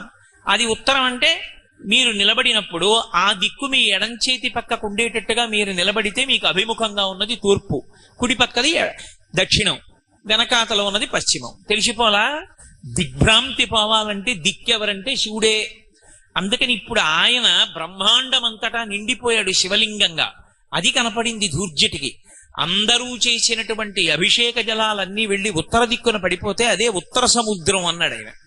నక్షత్రాలన్నీ ఏమిటి అంటే ప్రాతకాలంలో దేవతలు చేసినటువంటి సువర్ణ పుష్పార్చన, అది అలా వెలుగుతున్నాయన్నాడు. ఈ మనసు ఏమిటని అడిగారు. ఋషులు పెట్టినటువంటి ధూపం, ఆ ధూపం అంతటా వ్యాపించింది. నాకు ఈ బ్రహ్మాండమంతా శివలింగంగా కనపడుతోంది, నాకు ఇంకేం కనపడలేదన్నాడు. అది శివభక్తి అంటే. అంతటా శివదర్శనం అవ్వాలి. అలా అభిషేక ప్రక్రియ ప్రారంభం చేసే ముందు ధ్యానం చేస్తారు ఒక్కసారి. అలా ధ్యానం చేస్తే మీరు ధ్యానమునందు మీరు ఏ శివలింగాన్ని అభిషేకం చేద్దామనుకుంటున్నారో దాన్ని 2 చేతులతో ముందు ముట్టుకోవాలి. ఎలా? నిజంగా చేతులతో కాదు, మనస్సుతో పట్టుకోవాలి. పట్టుకుంటే మీ చేతి వేళ్లు కొంకర్లు తిరగాలి. అంత చల్లగా ఉందని భావన చెయ్యాలి. ఎందుకని అంటే అది అమృతధారల చేత తడిసిపోయింది. అంత చల్లగా ఉన్న శివలింగాన్ని ఎవరు భావన చేసి అభిషేకం మొదలు పెడతారో అక్కడ అభిషేకం జరిగిన చోటంతా చల్లబడిపోతుంది. అక్కడ ఎవరు కూర్చున్నారో ఎవరు చూశారో వాళ్ళందరి కోరికలు తీరుతాయి. కోరికలన్నీ తీరడమే శాంతి, చల్లగా ఉండడం మనసు. కోరికలు తీరడం అంటే అనంతమైన కోరికలు పుట్టడం కాదు, పరమేశ్వరుడు ఇచ్చిన దానితో తృప్తిగా బ్రతకగలగడం. అందుచేత శాంతి ఏర్పడుతుంది. అందుకే రుద్రం అంతా పూర్తి చేసి శాంతి శాంతి శాంతి అంటారు. ఇప్పుడు లోకాలన్నీ చల్లబడతాయి. లోకాలన్నీ చల్లబడడం అంటే శాంతి సూక్తం అని ఒకటి ఉంది. గౌశాంతి, అంతరిక్ష శాంతి, దిశా శాంతి, పురుష శాంతి, శాంతిర్నేయస్తు శాంతి అని అన్నీ శాంతిగా ఉండాలని కోరుకుంటారు. అంతరిక్ష శాంతి అని అడుగుతారు. మన వాళ్ళు ఏదడిగినా అంత వేద హృదయంతో అడుగుతారు. ఎందుచేత అంటే అంతరిక్షము ప్రశాంతంగా ఉండాలి. అందులో అల్లకల్లోలం ఏర్పడిపోయి మబ్బులు పట్టి విపరీతమైన గాలులు వచ్చాయనుకోండి, లక్ష్మి నశించిపోతుంది. తుఫాన్లు మొదలైన వస్తే ఐశ్వర్యం నిలబడదు, భూమి కంపిస్తే ఐశ్వర్యం నిలబడదు. అందుకని అన్నీ శాంతిగా ఉండుకాక. ఈ చల్లతనం, ఈ శాంతి ఎక్కడి నుంచి వస్తుంది అంటే శివలింగానికి అభిషేకం చేయడం వల్ల వస్తుంది. ఆ శివలింగానికి చేసినటువంటి అభిషేకం వల్ల ఎలా లోకం చల్లబడుతోందన్నది శివలింగం యొక్క చల్లబడడం మీద ఆధారపడి ఉంటుంది. అందుకే శివలింగం వేడెక్కకూడదు. ఎప్పుడు శివలింగం వేడెక్కకూడదు కాబట్టి ధారాపాత్ర పెడతారు, అదే చంద్రబింబం. అర్చకుడు వెళ్ళిపోయినా ఎప్పుడు చుక్క చుక్క చుక్క చుక్క చుక్క చుక్క పడుతూ శివలింగం చల్లగా ఉంటుంది. అలా చల్లగా ఉంటే ఊరు చల్లగా ఉంటుంది. అందుకే ధారాపాత్ర లేకుండా శివాలయం ఉండదు. ధారాపాత్రలో నీళ్లు పోసి అర్చకుడు వెళ్ళిపోతాడు. అది దేనికి గుర్తు అంటే చంద్రబింబం నుంచి కరిగి పడుతున్నటువంటి అమృతం చేత తడిసిపోయినటువంటి బ్రహ్మాండ స్వరూపుడైనటువంటి పరమశివునికి గుర్తది. కాబట్టి ఇప్పుడు రుద్రాభిషేకం చూస్తే ఫలితం కలుగుతుంది అంటే ఎవరికి కలుగుతుంది అంటే అభిషేకం జరుగుతున్నప్పుడు అలా భావన చేస్తే ఒక్కసారి ధ్యానం చేయాలి. ధ్యాయేత్ ఈప్సిత సిద్ధయే. నువ్వు అలా ధ్యానం చేయి, నీ కోరిక తీరిపోయింది. నువ్వు అసలు ఏమీ ధ్యానం లేకుండా కూర్చున్నావు, భగవంతుడు అనుగ్రహిస్తాడు. అనుగ్రహించడు అని నేను అంటలేదు, తప్పకుండా అనుగ్రహిస్తాడు. కానీ వేద మార్గం ఏమి అంటే వేదం ఏం చెప్పిందో చేయడం, మనసులో భావన చేస్తూ కూర్చోవాలి. అభిషేక ప్రక్రియలో పదార్థం తర్వాత పదార్థం పొయ్యడాన్ని నిషేధం. పాలు పోసి పెరుగు పోస్తానంటే ఒప్పుకోరు శివలింగం మీద. పాలు పోస్తే శుద్ధజలం పోయాలి, పెరుగు పోస్తే శుద్ధజలం పోయాలి, నెయ్యి వేస్తే శుద్ధజలం పోయాలి, తేనె పోస్తే శుద్ధజలం పోయాలి. అందుకే అభిషేక ప్రక్రియ అనేటటువంటిది అలవాటుగా ఉండాలి. అభిషేక ప్రక్రియ ఎంత అలవాటుగా ఉండాలంటే మాట్లాడుతున్నా సరే సైకిల్ ఎలా తొక్కుతాడో అలా ఒక పదార్థం పోస్తుంటే మంత్రముల యందు రమించిపోయి శుద్ధ జలం చేయడాన్ని మర్చిపోకూడదు. తేనె పోసి శుద్ధ జలం, నెయ్యి పోసి శుద్ధ జలం, పంచదార పోసి శుద్ధ జలం, పళ్ళరసం పోసి శుద్ధ జలం, శుద్ధ జలంతో చేస్తూనే ఉండాలి. శివాభిషేకం ఎప్పుడు పూర్తి చేసినా చందనోదకంతో మాత్రమే పూర్తి చేయాలి. చందనోదకం చిట్ట చివరి ద్రవ్యం. చందనోదకంతో పూర్తి చేసే ముందు ఏం చేస్తారంటే కాహళీ వాయిస్తారు. ఒకసారి కాహళీ అంటే పెద్ద శబ్దం చేస్తూ ఢమరుకంలా వాయిస్తారు. వాయిస్తే ఏంటంటే ఐ డ్రా యువర్ అటెన్షన్ అంటారే ఇంగ్లీష్లో, అందరూ జాగ్రత్తగా చూడండి అని గుర్తు. చందనోదకంతో చేస్తున్నప్పుడు శివలింగం వంక చూస్తే పుత్రపౌత్రాభివృద్ధి కలుగుతుంది. గృహస్థాశ్రమంలో ఉన్న వాళ్ళు అందరూ వంశం ఆచంద్రతారార్క నిలబడాలని కోరుకుంటారు కాబట్టి చిట్ట చివర చందనోదకంతో చేసి శుద్ధ జలంతో చేసి పూర్తి చేసేస్తారు అభిషేకాన్ని. అలా ఆ అభిషేకం చేసేటప్పుడు ధ్యానం చేసినా ఉత్తమ ఫలితాలు, మౌనంగా చూసినా ఉత్తమ ఫలితం, మంత్రాన్ని స్వరంతో రమించి చదివినా ఉత్తమ ఫలితం, అథవా ఇదేమీ కూడా చెయ్యక్కర్లేదు, అసలు ఇదంతా కూడా పక్కన పెట్టేసి జపం చేసినా అంతే ఫలితం. నీ సొంతంగా చెప్తున్నాను అనుకుంటున్నారేమో, నేను యజుర్వేద ప్రార్థనా శ్లోకంలోంచే నా ఉపన్యాసం చేస్తున్నాను ఇవాళ. అందులో ఉందా లేదా? ధ్యాయేత్ ఈప్సిత సిద్ధయే ధ్రువపదం విప్రోభిషించే శివం బ్రహ్మాండ వ్యాప్తదేహ భసిత హిమరుచాభా సమానా భుజంగై కంఠే కాళాహ కపద్దాహ కలిత శశికళశ్చండ కోదండహస్తాహ. జపం చేస్తే ఒకప్పుడు శృంగగిరి పీఠాధిపత్యం వహించినటువంటి మహాపురుషులు చంద్రశేఖర భారతీ స్వామి వారు, ఆయన దగ్గరికి వెళ్ళి ఒక వేద పండితుడు మొరపెట్టుకున్నాడు, నా భార్యకు ఆరోగ్యంగా ఉండట్లేదండి, ఏం చేయమంటారు? ఆయన అన్నారు, నువ్వు వేదం చదువుకున్నావుగా, యజుర్వేదం వచ్చుగా అన్నారు. వచ్చు అన్నారు. యజుర్వేదంలో శ్రీరుద్రం వచ్చుగా? వచ్చు. మరి ఇంకే శ్రీరుద్రం జపం చేసి మీ ఆవిడికి తీర్థం ఇయ్యి అన్నాడు. ఆయన అన్నాడు, నేను శృంగేరి వచ్చాను, మా ఆవిడ్ని తీసుకురాలా, ఎక్కడో ఉంది, ఎలా అన్నాడు.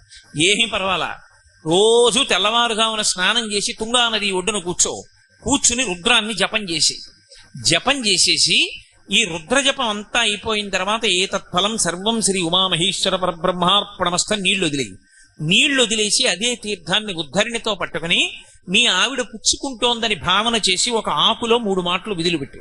అకాల మృత్యుహరణం సర్వవ్యాధి నివారణం సమస్త పాపక్షయకరం శ్రీ ఉమామహేశ్వర పాదోదకం పావనం శుభం అంటూ 3 మాటలు ఆకులో వదిలిపెడుతూ మీ ఆవిడ పుచ్చుకుని తాగింది అని భావన చెయ్యన్నారు.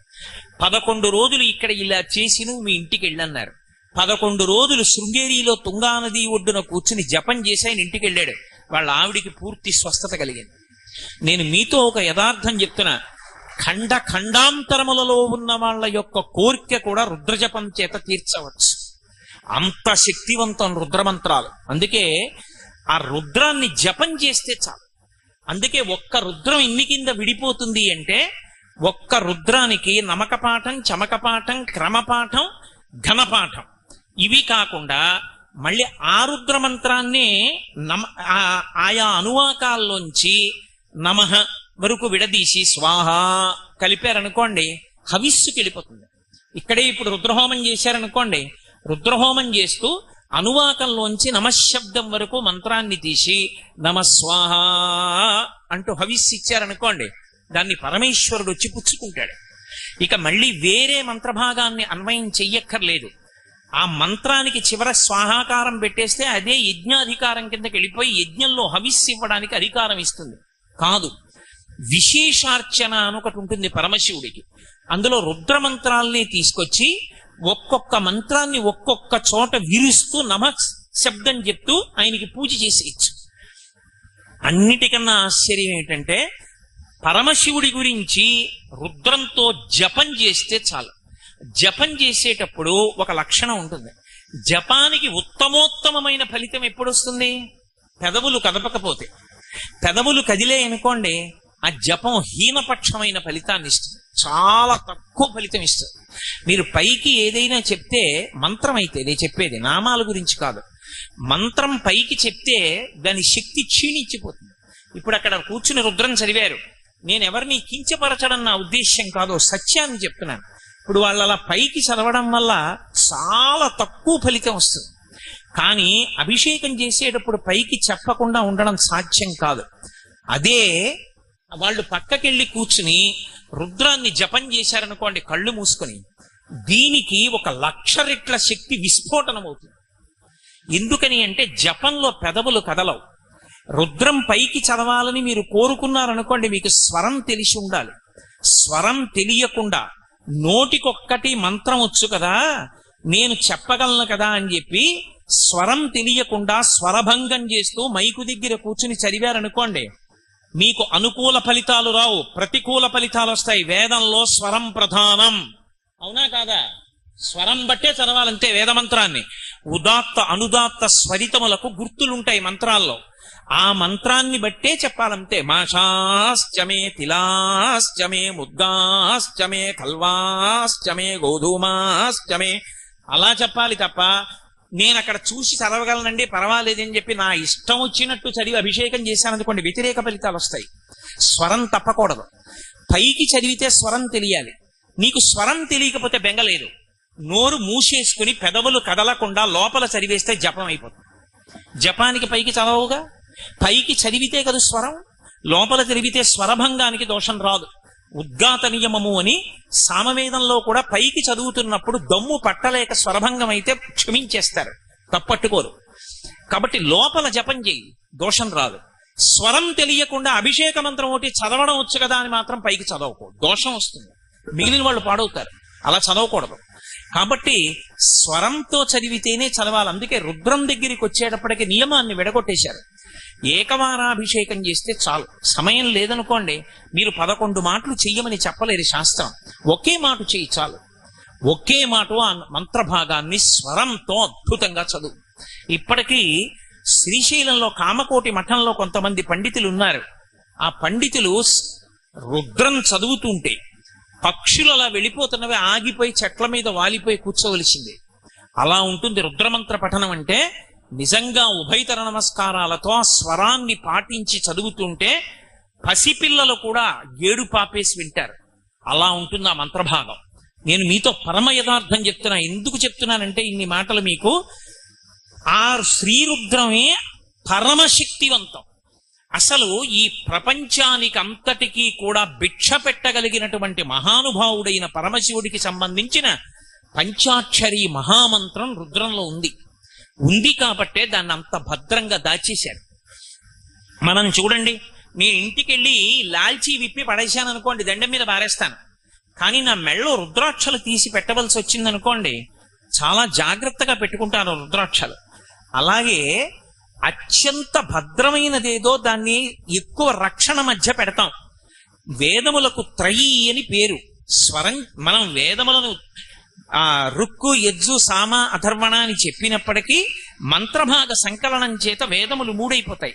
అయిపోయినప్పుడు రుక్కు యజ్జు సామ అథర్వణ వేదం మళ్ళీ కలిసిపోతుంది మిగిలిన వేదాల్లోకి. అప్పుడు 3 వేదములు. 3 వేదములలో మధ్యలో యజుర్వేదం ఉంటుంది, ఇటు ఋగ్వేదం ఉంటుంది, ఇటు సామవేదం ఉంటుంది. మధ్యలో యజుర్వేదాన్ని పెట్టి ఋగ్వేదాన్ని సామవేదాన్ని కాపుగా పెట్టారు అటు ఇటు. మళ్ళీ యజుర్వేదం మధ్యలోకి తీసుకొచ్చి శ్రీరుద్రాన్ని పెట్టారు. మళ్ళీ శ్రీరుద్రంలో అష్టమానువాకం దగ్గరికి వచ్చేటప్పటికి చిట్ట చివరికి తీసుకెళ్లి పంచాక్షరి మహామంత్రాన్ని దాచారు. నమఃశివాయ చ శివతరాయ చ. ఆ నమఃశివాయ చ, చ అంటే కూడా కూడా కూడా అని సంస్కృతంలో. నమఃశివాయ చ పంచాక్షరి మహామంత్రాన్ని దాచడం కోసమే వేదం విస్తరించింది రక్షణగా. అంత గొప్ప మంత్రం ఉంది అష్టమానువాకంలో. అందుకే అష్టమానువాకం చేస్తే గంట కొడతారు. గంట కొడుతూ అష్టమానువాకం చేయడానికి కారణం ఏంటంటే దేవతలకి పరాకు చెప్పడం. మేము పరమశక్తివంతమైన అనువాకాన్ని పఠనం చేస్తున్నాం. ఎందుకని అంటే అందులోకి మొత్తం అష్టమూర్తి తత్వం అంతా వచ్చి కూర్చుంటుంది. శంకరాచార్యుల వారు దక్షిణామూర్తి స్తోత్రం చేస్తే ఆ పిల్లలు చదివారు ఇందాక, ఎంత చక్కగా చదివారు. దుర్గారావు గారు ధన్యుడు, అంత అందంగా నేర్పారు ఆ పిల్లలకి. భూరంభంశనలో నిలోంబర మహార్నాథో హిమాంసుపుమాన్ ఇత్యాభాతి చరాచరాత్మకమిదం యస్యైవ మూర్త్యష్టకం నాణ్యకించన విద్యతే విమృశతాం యస్మాత్ పరస్మాత్ విభో తస్మై శ్రీ గురుమూర్తయే నమయిదం శ్రీ దక్షిణామూర్తయే. పరమశివుని తత్వం 8 అంకె మీద నడుస్తూ ఉంటుంది. అష్టమూర్తి అని శివలింగం మూర్తి రూపాన్ని పొందితే 8 మూర్తులుగా తిరుగుతాడు ఆయన. ఇక ఈ 8 తప్ప ఇక 9వది మీకు లేదు బ్రహ్మాండంలో. అందుకే భూరంభాంశనలో నిలోంబర మహార్నాదో హిమాంసు పుమాన్. 8 రూపాలు. కంచిలో పృథివీలింగం, జంబుకేశ్వరంలో జలలింగం, అరుణాచలంలో అగ్నిలింగం, చిదంబరంలో ఆకాశలింగం, శ్రీకాళహస్తిలో వాయులింగం, కోణార్కలో సూర్యలింగం, సీతాకుండంలో చంద్రలింగం, ఖాట్మండులో యజమానలింగం. ఈ 8 తప్ప ఇంకా ప్రపంచంలో 9వ పదార్థం లేదు. ఏదైనా ఉంటే పరబ్రహ్మం ఒక్కటే మిగిలింది. కాబట్టి ఈ 8 కూడా సాకారోపాసన చేసినప్పుడు శివార్చనమే. ఈ పృథివీ ఎవరు అంటే శివుడు, నీరెవరు అంటే శివుడు, అందుకే జంబుకేశ్వరంలో జలలింగంగా ఉంటాడు. అగ్ని ఎవరు అంటే శివుడు, అందుకే అరుణాచలంలో అగ్నిలింగంగా ఉంటాడు. ఆకాశం ఎవరు అంటే శివుడు, అందుకే చిదంబరంలో ఆకాశలింగంగా ఉంటాడు. వాయువెవరు అంటే శివుడు, అందుకే శ్రీకాళహస్తిలో వాయులింగంగా ఉంటాడు. సూర్యుడెవరు అంటే శివుడు. శంకరాచార్యుల వారు అడుగుతారు, అడిగినప్పుడు ఎవరు సూర్యుడు అంటే పరమశివుడే సూర్యుడిగా చెప్పారు. సూర్యుడుగా కోణార్కలో సూర్యలింగం ఉంది. చంద్రుడెవరు అంటే శివుడు, అందుకే సీతాకుండంలో చంద్రలింగం. నేనని నేను అనుకునే ఈ జీవుడెవరు అంటే పరమశివుడే, అందుకే ఖాట్మండులో యజమానలింగం. పశుపతినాథ్ అంటారు. అందుకే ఈ 8 శివస్వరూపాలే. ఈ 8 కాకుండా ఇంకోటి లేదు. అందుకే సమయం తక్కువగా ఉంది అన్నప్పుడు 108 నామాలతో పూజ చెయ్యక్కర్లేదు శివలింగానికి. ఏదో శివో మహేశ్వర శంభు పినాకీశి శశేఖర వామదేవు విరూపక్ష కపర్దే నీలలోహిత నామాలన్నీ చెప్పక్కర్లా. 8 నామాలు చెప్పేస్తే చాలు, శివ పూజ పూర్తయిపోతుంది. ఓం భవాయ దేవాయ నమః, ఓం సర్వాయ దేవాయ నమః, ఓం ఈశానాయ దేవాయ నమః, ఓం పశుపతయే దేవాయ నమః, ఓం రుద్రాయ దేవాయ నమః, ఓం భీమాయ దేవాయ నమః, ఓం మహతే దేవాయ నమః అని 8 నామాలతో పూజ చేస్తే ఈశానాయ దేవాయ నమః 8 నామాలు చెప్తే 8 అంకె చేత ఆయన తత్వం విస్తరిస్తుంది కాబట్టి పూజ అయిపోతుంది. శివార్చన చేస్తే పార్వతీదేవికి అర్చన చెయ్యకుండా ఉండకూడదు. మరి ఎలా? ఎక్కడుంటుంది ఆవిడ పక్కన? ఏమైనా మూర్తిని పెట్టారా మీరు? అక్కర్లేదు. కుంకుమతో చెయ్యకూడదు, కానీ పువ్వులు వేసేస్తూ 8 నామాలు చెప్తే పార్వతీదేవి పూజ అయిపోతుంది. ఎలా అయిపోతుంది అంటే శివలింగం యొక్క పీఠం అమ్మవారే అయి ఉంటుంది. శంకర భగవత్పాదులు చెప్తూ, పీఠం అంబమయం సర్వం శివలింగైశ్చ చిన్మయం సాకారంచ నిరాకారం నిర్గుణంచ గుణాత్మకం తత్వం తత్పరమం బ్రహ్మ ఇది వేదాంత డిండిమహ అని వేదాంత డిండిమంలో శివలింగం గురించి చెప్తూ, పీఠం అంబమయం సర్వం, ఆ పీఠం అమ్మవారి యొక్క స్వరూపం, ఆ కింద ఉండేటటువంటి పీఠం. కుంకుమతో అర్చన చెయ్యకూడదు, కానీ పువ్వులు పెట్టుకుని అమ్మవారి నామాలు చెప్పక్కర్లేదు. 108 భవస్య దేవస్య పత్నీ నమః, సర్వస్య దేవస్య పత్నీ నమః, ఈశానస్య దేవస్య పత్నీ నమః అని మళ్ళీ ఆ నామాలకే పత్నీ నమః కలిపేస్తే అమ్మవారి పూజ పూర్తయిపోతుంది. అందుకే శివుడు 8 అంకె మీద తత్వంగా ప్రకాశిస్తూ ఉంటాడు. జపం చేసి తీర్థం విడిచిపెట్టి పుచ్చుకుంటే చాలు, పరమోత్కృష్టమైన ఫలితం. శివాభిషేకం చేసిన తీర్థం ఎవరికి ఇవ్వకూడదు. నేను మీతో యథార్థమైన సత్యం చెప్తున్నాను. కొన్ని చోట్ల మాత్రం మినహాయింపు ఉంది. అవి ధూళి దర్శనం ఉన్న శివలింగాలు కొన్ని ఉన్నాయి. శ్రీశైలం ధూళి దర్శనం ఉన్న జ్యోతిర్లింగం. అక్కడ మీరు ఏదైనా ఊరు నుంచి వెళ్ళినప్పుడు మలమూత్ర విసర్జనం చేసినటువంటి బట్టలతో మట్టి కొట్టుకుపోయిన ఒంటితో స్నానం చేయకుండా వెళ్ళి శివలింగాన్ని కౌగిలించుకుంటే ఆయన సంతోషిస్తాడు. అది ధూళి దర్శనం. ఎందుచేత అంటే అక్కడ లోకాలకు తండ్రి అయి ఉంటాడు. ఇప్పుడు నా కొడుకున్నాడండి, ఎక్కడో లండన్లో ఉద్యోగం చేసుకుంటున్నాడు. నాన్నగారు ఆగస్టులో వస్తానండి అంటున్నాడు. నేను ఎప్పుడో మా ఇంట్లో స్నానం చేస్తున్నాను అనుకోండి, తెల్లవారుజామున అకస్మాత్తుగా నా కొడుకు కంఠం వినపడింది అనుకోండి, నేను నీళ్లు పోసుకుంటున్న వాడిని ఆ చప్పుడు ఆపి విన్నాను అనుకోండి, ఏమిటి కొడుకు కంఠంలా ఉందని. అమ్మా నాన్నగారు ఏరమ్మా, నాన్నగారు కల్లోకి వస్తున్నారమ్మా, నాన్నగారిని చూడాలని వచ్చానమ్మా. ఏరమ్మా నాన్నగారు అంటే, నాన్నగారు స్నానం చేస్తున్నారు నాన్న. ఏమిట్రా ఎప్పుడు వచ్చావురా? రిజర్వేషన్ లేదు, ఏమీ లేదు, చడి చప్పుడు లేదు, ఏమిట్రా అలా మట్టి కొట్టుకుపోయి అలా ఉన్నావు, ముందు కసిన పాలు తాగు అంటోంది అనుకోండి వాళ్ళమ్మ. నేను గబగబా ఒళ్ళు తుడిచేసుకుని తువ్వాలు కట్టుకుని పైకొచ్చి దూరం అంటానా? ఇన్నాళ్లకు వచ్చిన కొడుకు చూడగానే ఎరా నాన్న అని 2 చేతులు పట్టేసుకుంటారా? పట్టుకోనా? లోకములకు తండ్రి అయిన పరమశివుడు మీరెక్కడి నుంచో వచ్చారని చెప్పి దూరం అంటాడా? అనడు. అందుకే కొన్ని చోట్ల ధూళి దర్శన రూపంగా ఉంటాడు. మలమూత్రములు విసర్జించిన బట్టలు ప్రయాణంలో వచ్చిన వాటితో వెళ్ళి ముట్టుకుంటే పొంగిపోతాడు. మల్లికార్జున లింగం అటువంటి లింగం జ్యోతిర్లింగాలలో. అటువంటి చోట తీర్థం ఇస్తారు. మిగిలిన చోట శివాభిషేకం చేసిన తీర్థం ఇవ్వకూడదు. ఇవ్వకుండా ఉండడమే ఎక్కువ ఫలితం. పైగా పైన లాల్చి ఉత్తరీయం ఉన్నవాడికి అసలు ఇవ్వకూడదు. ఉత్తరీయం తీసేసి మొలకి కట్టుకుంటేనే శివాభిషేక తీర్థం. అందున నేల మీద కూర్చుంటేనే బ్రాహ్మణుడు. ఆసనంలో కూర్చొని అసలు పుచ్చుకోకూడదు. కాబట్టి తీర్థం ఇచ్చే ముందు ఆయన పుచ్చుకోవడానికి యోగ్యంగా ఉన్నాడా లేడా చూసి ఇవ్వాలి. అంతేకాని ఆయన ఏమైనా అనుకుంటారేమో అని ఇవ్వకూడదు. ఎందుకంటే ఆయన అలా అనుకుంటే ఆయనది తప్పు, మీ తప్పు కాదు. అది ఆ తీసుకోవడానికి యోగ్యత ఎవరికి ఉంటుంది అంటే ఒక్క శాంభవ దీక్షా తత్పరులైన వారు ఎవరున్నారో వారు ఒక్కరు మాత్రమే నిత్యాభిషేకం చేసి తీర్థం పుచ్చుకుంటారు. శివాలయంలో అర్చకులు అథవా పుచ్చుకుంటారు తప్ప మిగిలిన చోట్ల శివాలయంలో అభిషేక తీర్థం ఇవ్వరు. ఎందుకని అంటే పుచ్చుకోవడానికి మనకి శక్తి సరిపోదు. నారుద్రో రుద్రమర్చయేత్, మహన్యాసము చేత రుద్రాంశ అన్వయం అయితే తప్ప ఆయనని పూజించడం పుచ్చుకోవడం సాధ్యం కాదు. కానీ అభిషేకం చూస్తే చాలు, జపం చేస్తే చాలు, ఆ తీర్థం పుచ్చుకుంటే చాలు. మీకేమీ చేత కాకపోతే శివ శివ శివ శివ శివ శివ శివ అంటే చాలు. లోకంలో ఆశ్చర్యకరమైనటువంటి లక్షణం ఏంటంటే పైకి పరమ అమంగళంగా ఎవరు కనపడతాడో వాడే సమస్త అమంగళములను తీసేస్తాడు. మీరు లోకంలో చూడండి, చక్క ప్యాంట్ వేసుకుని టై కట్టుకుని బూట్లు వేసుకుని ఎయిర్ కండిషన్డ్ రూమ్ లో కూర్చుని అధికారం చెలాయించేటటువంటి అధికారి మీకు ఆఫీసులో మరుగుదొడ్డి కడగడం. మరుగుదొడ్డి కడగాలి అంటే ఎవరు కడుగుతాడు అంటే మరుగుదొడ్డి కడగడానికి యోగ్యమైనటువంటి బట్టలు వేసుకున్నవాడే మరుగుదొడ్డి కడుగుతాడు. ఆయన ఏం తక్కువని మీరు అనుకోకూడదు. పరమశివుడు ఒక్కడే అమంగళకరమైనటువంటి వస్తువులను ధరించినట్లు కనపడతాడు. ఎందుకు కనపడతాడో తెలుసా? దాని చేత అమంగళాలన్నీ తీసేస్తాడు. అది విచిత్రం. అందుకే అసలు లోకంలో ఏదైనా చూడకూడంది చూస్తే శివశివ శివశివ శివశివ అంటాం. కానీ అసలు శివుణ్ణి చూస్తే, అసలు శివుని యొక్క యథార్థ రూపం చూశారనుకోండి, పునుకల పేరు కంఠమున భూరిభుజంగము భూషణంబుగామయము భస్మధారణము ఎద్రి నివాసము మేరు విల్లుగా అనుబుగ దంతి చర్మమును హస్తములందు కపాల శూలముల్ పడిబడిదాల్తు శంకరు కృపావరు రూపమును ఆశ్రయించదన్నని. ఆయన మెళ్ళో పెద్ద పుర్రెలమాల వేసుకుంటాడు. ఎవడైనా ఓ పుర్రెలమాల వేసుకుని అక్కడ కూర్చున్నాడు అనుకోండి, ఆయన దగ్గరికి వెళ్ళి మీరు నమస్కారం పెడతారా? మరి ఆయన పుర్రెలమాల వేసుకుంటాడు. ఆయన కర్మ. ఆయనకి నిజంగా లేకపోతే శివుడికి నేను ఇచ్చేస్తాను ఆ మెళ్ళో రుద్రాక్షమాల. ఎందుకు ఆయన అలా పుర్రెలమాల వేసుకోవడం? చేతకాక పుర్రెలమాల వేసుకున్నవాడు కాడు. ఆయన తత్వం చెప్తూ శంకరులు చెప్పారు, బ్రహ్మమస్తకావళి నిబద్ధతే నమశివాయ అని. ఈ బ్రహ్మాండములన్నీ చిట్ట చివర ఎవరిలోకి వెళ్ళిపోతాయంటే పరమశివునిలోకి వెళ్ళిపోతాయి. మహాతాండవం చేసి ప్రళయకాలమునందు తనలోకి తీసుకుంటాడు.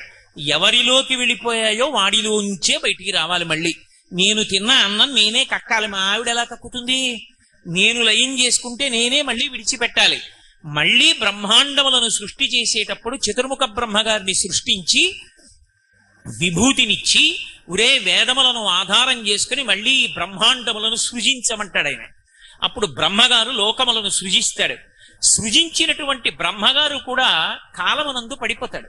పడిపోతే ఆయన పుర్రెలు పడిపోతాయి నేల మీద. పడిపోతే అరే పాపం మొట్టమొదట వచ్చినవాడు, నేను చెప్పినట్టు సృష్టి చేసినవాడు, ఈయన పుర్రె కూడా ఇలా కింద పడిపోవడమే. పోన్లేరా దీనికో గౌరవం ఇద్దామని ఒక తడప తీసుకుని అందులో పెట్టుకుని ఆ పుర్రె మెళ్ళో వేసుకున్నాడు. ఇలా ఎన్ని పుర్రెలు వేసుకున్నాడు అంటే లెక్క పెట్టడానికి వీలు లేనంత పెద్ద పుర్రెలమాల వేసుకుంటాడు. అంటే దాని అర్థం ఏమిటంటే ఇంతమంది బ్రహ్మలు వెళ్ళిపోయారు, శివుడు అలాగే ఉన్నాడు. ఆయన శాశ్వతుడు అని గుర్తు. ఆయన కాలమునకు లొంగేవాడు కాదు, ఒకనాడు ఉండి ఒకనాడు వెళ్ళిపోయేవాడు కాడు. అన్నీ ఆయనలోకి వెళ్ళిపోతాయి తప్ప ఆయన ఎందులోకి వెళ్ళిపోడు. అంతటి శాశ్వతుడని చెప్పడానికి. అందుకే శివకవచం గురించి చెప్తే ఓం నమో భగవతే సదాశివాయ సకల తత్వ విదూరాయ సకల లోకైక కర్త్రే సకల లోకైక హర్త్రే సకల లోకైక సంహర్త్రే సకల లోకైక సాక్షిణే సకల నిగమ గుహ్యాయ సకల లోకైక వరప్రదాయ సకల దురితార్తి భంజనాయ సకల జగద భయంకరాయ శశాంక శేఖరాయ శాశ్వత నిజావాసాయ నిరావాసాయ నిరాభాసాయ నిరాతంకాయ నిష్కళంకాయ నిష్ప్రపంచాయ నిర్ద్వంద్వాయ నిస్సంగాయ నిర్మమాయ నిర్మలాయ నిర్గుణాయ నిరుపమ విభవాయ నిత్య శుద్ధ బుద్ధ పరిపూర్ణ సచ్చిదానందద్వైత పరమ ప్రకాశాంత పరమ ప్రశాంతాయ పరమ తేజో విభూత్యాయ జయ జయ జయ రుద్ర మహారుద్ర మహారౌద్ర వీరభద్రావతార మహాభైరవ కాల భైరవ కల్పాంత భైరవ కపాలమాలాధర ఖట్వాంగ ఖడ్గ చర్మ ధర మృడ మృత్యుంజయ త్రయంబక సదాశివ పరమశివ అని పిలుస్తారు. అందులో అలా పిలవడానికి కారణం ఏంటంటే ఘోర అఘోర రూపములు రెండు ఆయన ఎందే అన్వయమవుతాయి. అందుచేత పుర్రెలమాల వేసుకుంటాడు తప్ప చేత కానివాడై పుర్రెలమాల వేసుకున్నవాడు కాదు. సమస్తం ఏమైపోవాలి? బూదిగా మారిపోవాలి. అన్ని బూజైపోతే మళ్ళీ సృష్టి ఎందులోంచి రావాలి? బూదిలోంచే రావాలి. ఈ సృష్టి యొక్క జీవకణాలని దాచడానికి కంప్యూటర్లో చిప్స్ ఎలా ఉంటాయో అలా సృష్టి కణాలన్నింటినీ తన శరీరానికే అలదుకుంటాడు. అందుకే విభూతిని ఒంటికి రాసుకుంటాడు అనడానికి కారణం అది. ఏది శాశ్వతమైనదో అది విభూతి. చిట్ట చివరికి అన్ని ఏమైపోతాయంటే బూదిగా మారిపోతాయి. అది భస్మ. స్కాంద పురాణంలో బ్రహ్మోత్తర ఖండం అని ఒక ఖండం, అందులో భస్మ వైభవం చెప్తారు. దానికి భస్మ అని పిలుస్తారు. భస్మ అని ఎందుకు పిలుస్తారు అంటే భా అంటే కాంతి, భగవంతుడు. స్మ అంటే స్మరణ, గుర్తుకు రావడం. ఈ మనుష్య ఉపాధిలో ఉన్న వాడికి భగవంతుడు జ్ఞాపకం వస్తూ ఉండాలి. ఆయనని మరిచిపోతే ఇక ఈ ఉపాధికి అర్థం లేదు. ఈ ఉపాధిలో నేను ఉన్నంత కాలం భగవంతుడు నా స్మరణలో ఉండి నేను అభ్యున్నతిని పొందాలని కోరుకోవడానికి మహానుభావుడైన పరమశివుడు నా స్మృతి యందు నిలబడుగాక అని కోరుకుని ఆ భస్మ పెట్టుకుంటారు. ఆ భస్మని పెట్టుకుంటే భగవంతుడు స్మరణలోకి వస్తాడు. భగవంతుడి స్మరణలోకి వచ్చి కదలికలన్నీ ధార్మికంగా ఉండాలని కోరుకోవడం. శక్తిని ఆజ్ఞాచక్రం మీద బొట్టుగా ఉంచుకుంటారు. బొట్టు ఆజ్ఞాచక్రం మీద పెట్టుకున్నాడు అంటే ఆజ్ఞాచక్రం మీద మనసు ఉంటుంది.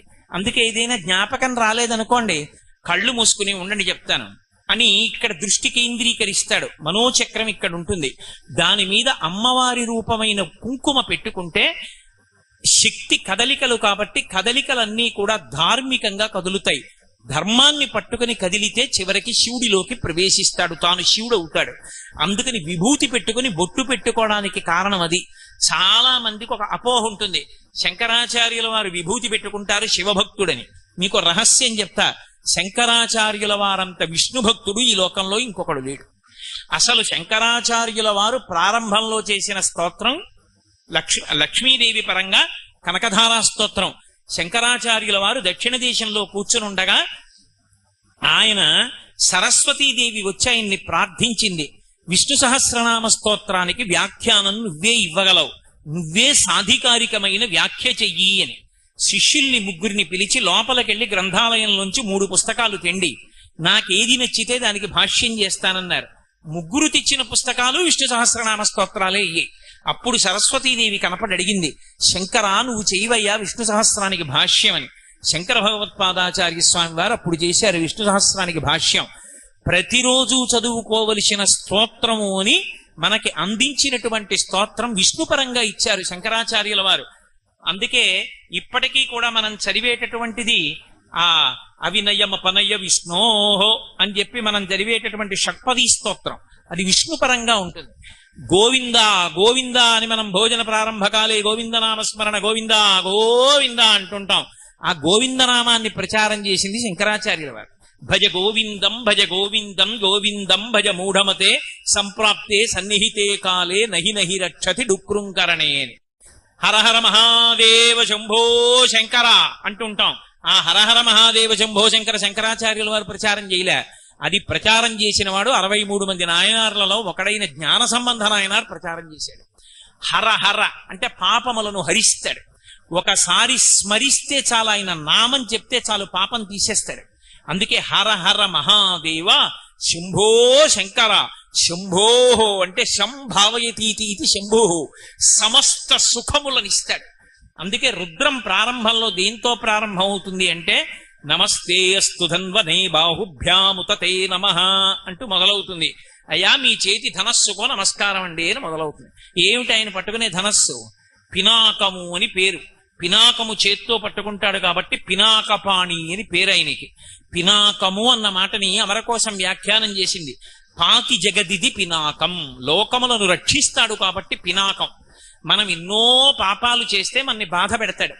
ఎందుకు బాధ పెడతాడంటే, మరి నువ్వు పాపం చేశావు, ఆ పాపం పోవడానికి ఏదో దుఃఖం కల్పించి ఆ పాపాన్ని అక్కడితో పోగొట్టేస్తాడు.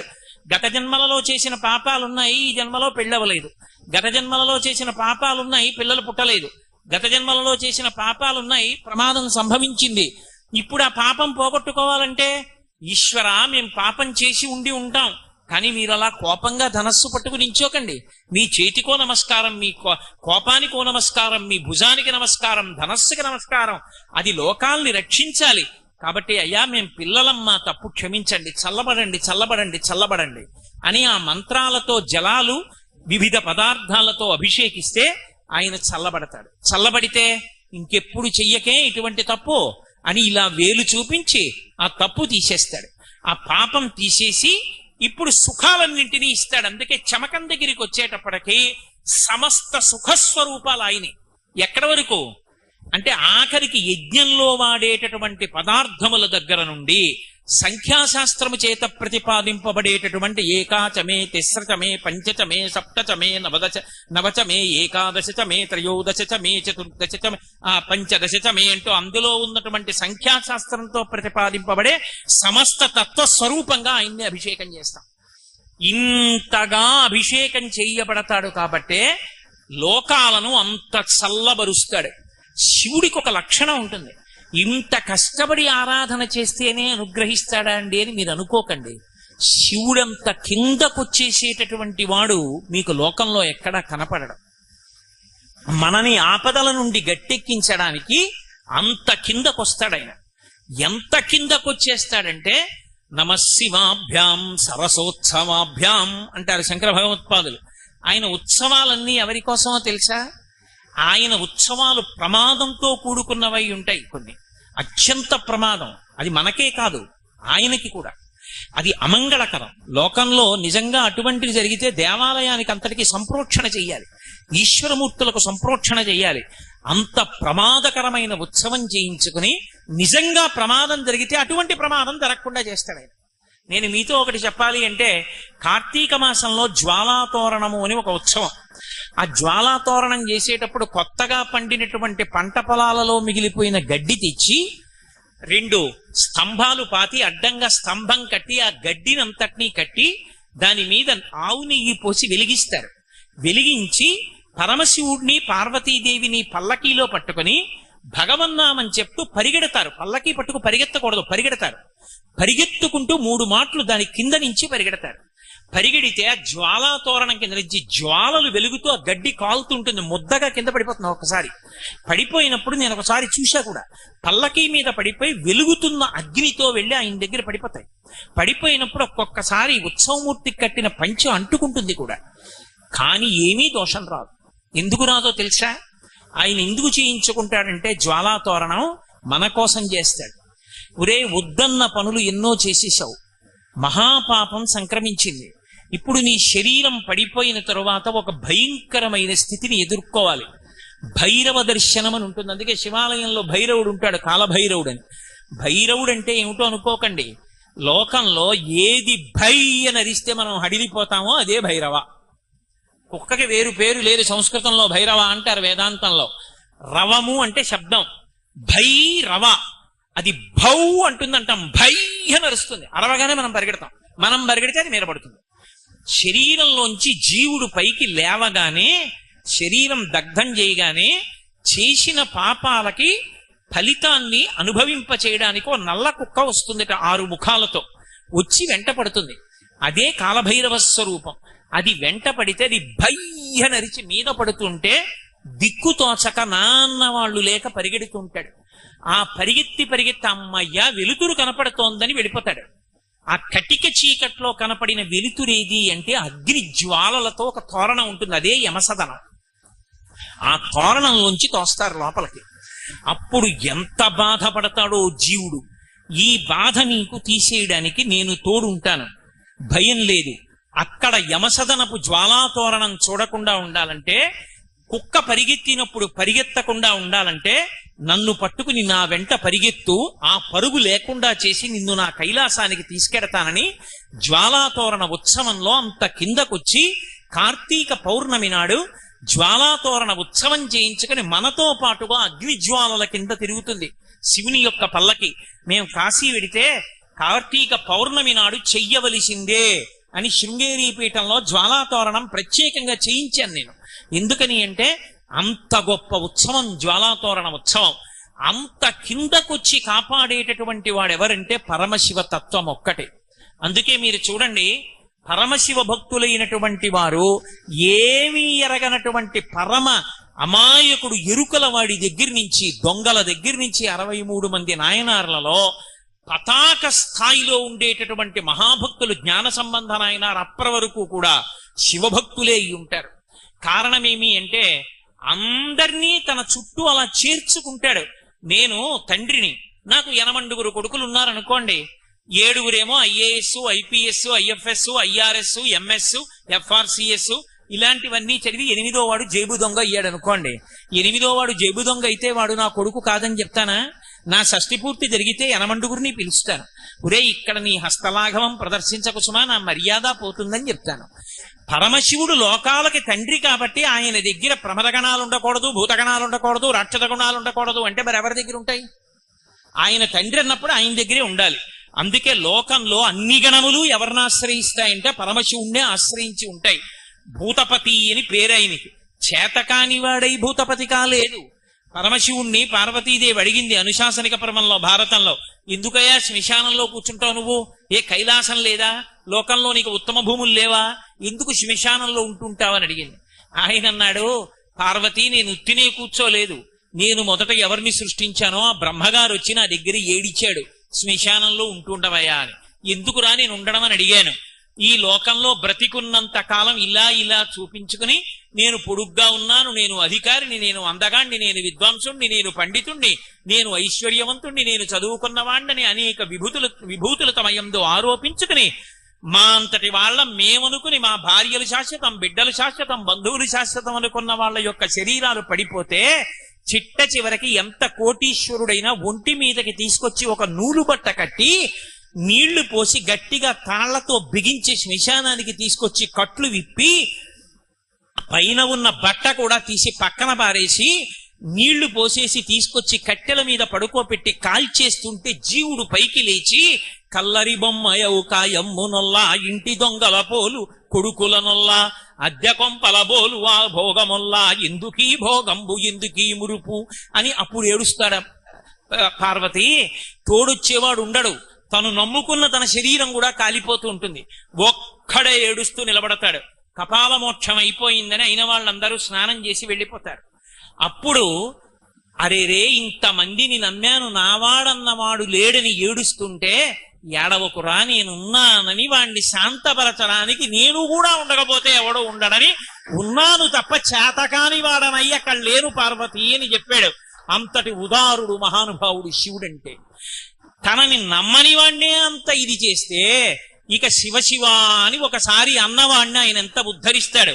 పవి పుష్పంబగు అగ్ని మంచగు ఆకూపాలం భూమిస్థలంబగు శత్రుండతిమిత్రుడవు విషము దివ్యాహారమౌనెన్నగా అవనీమండలి లోపలం శివేచ్ఛాభాషణోల్లాసకిన్ శివా నీ నామము సర్వవస్యకరమౌ శ్రీకాళహస్తీశ్వర.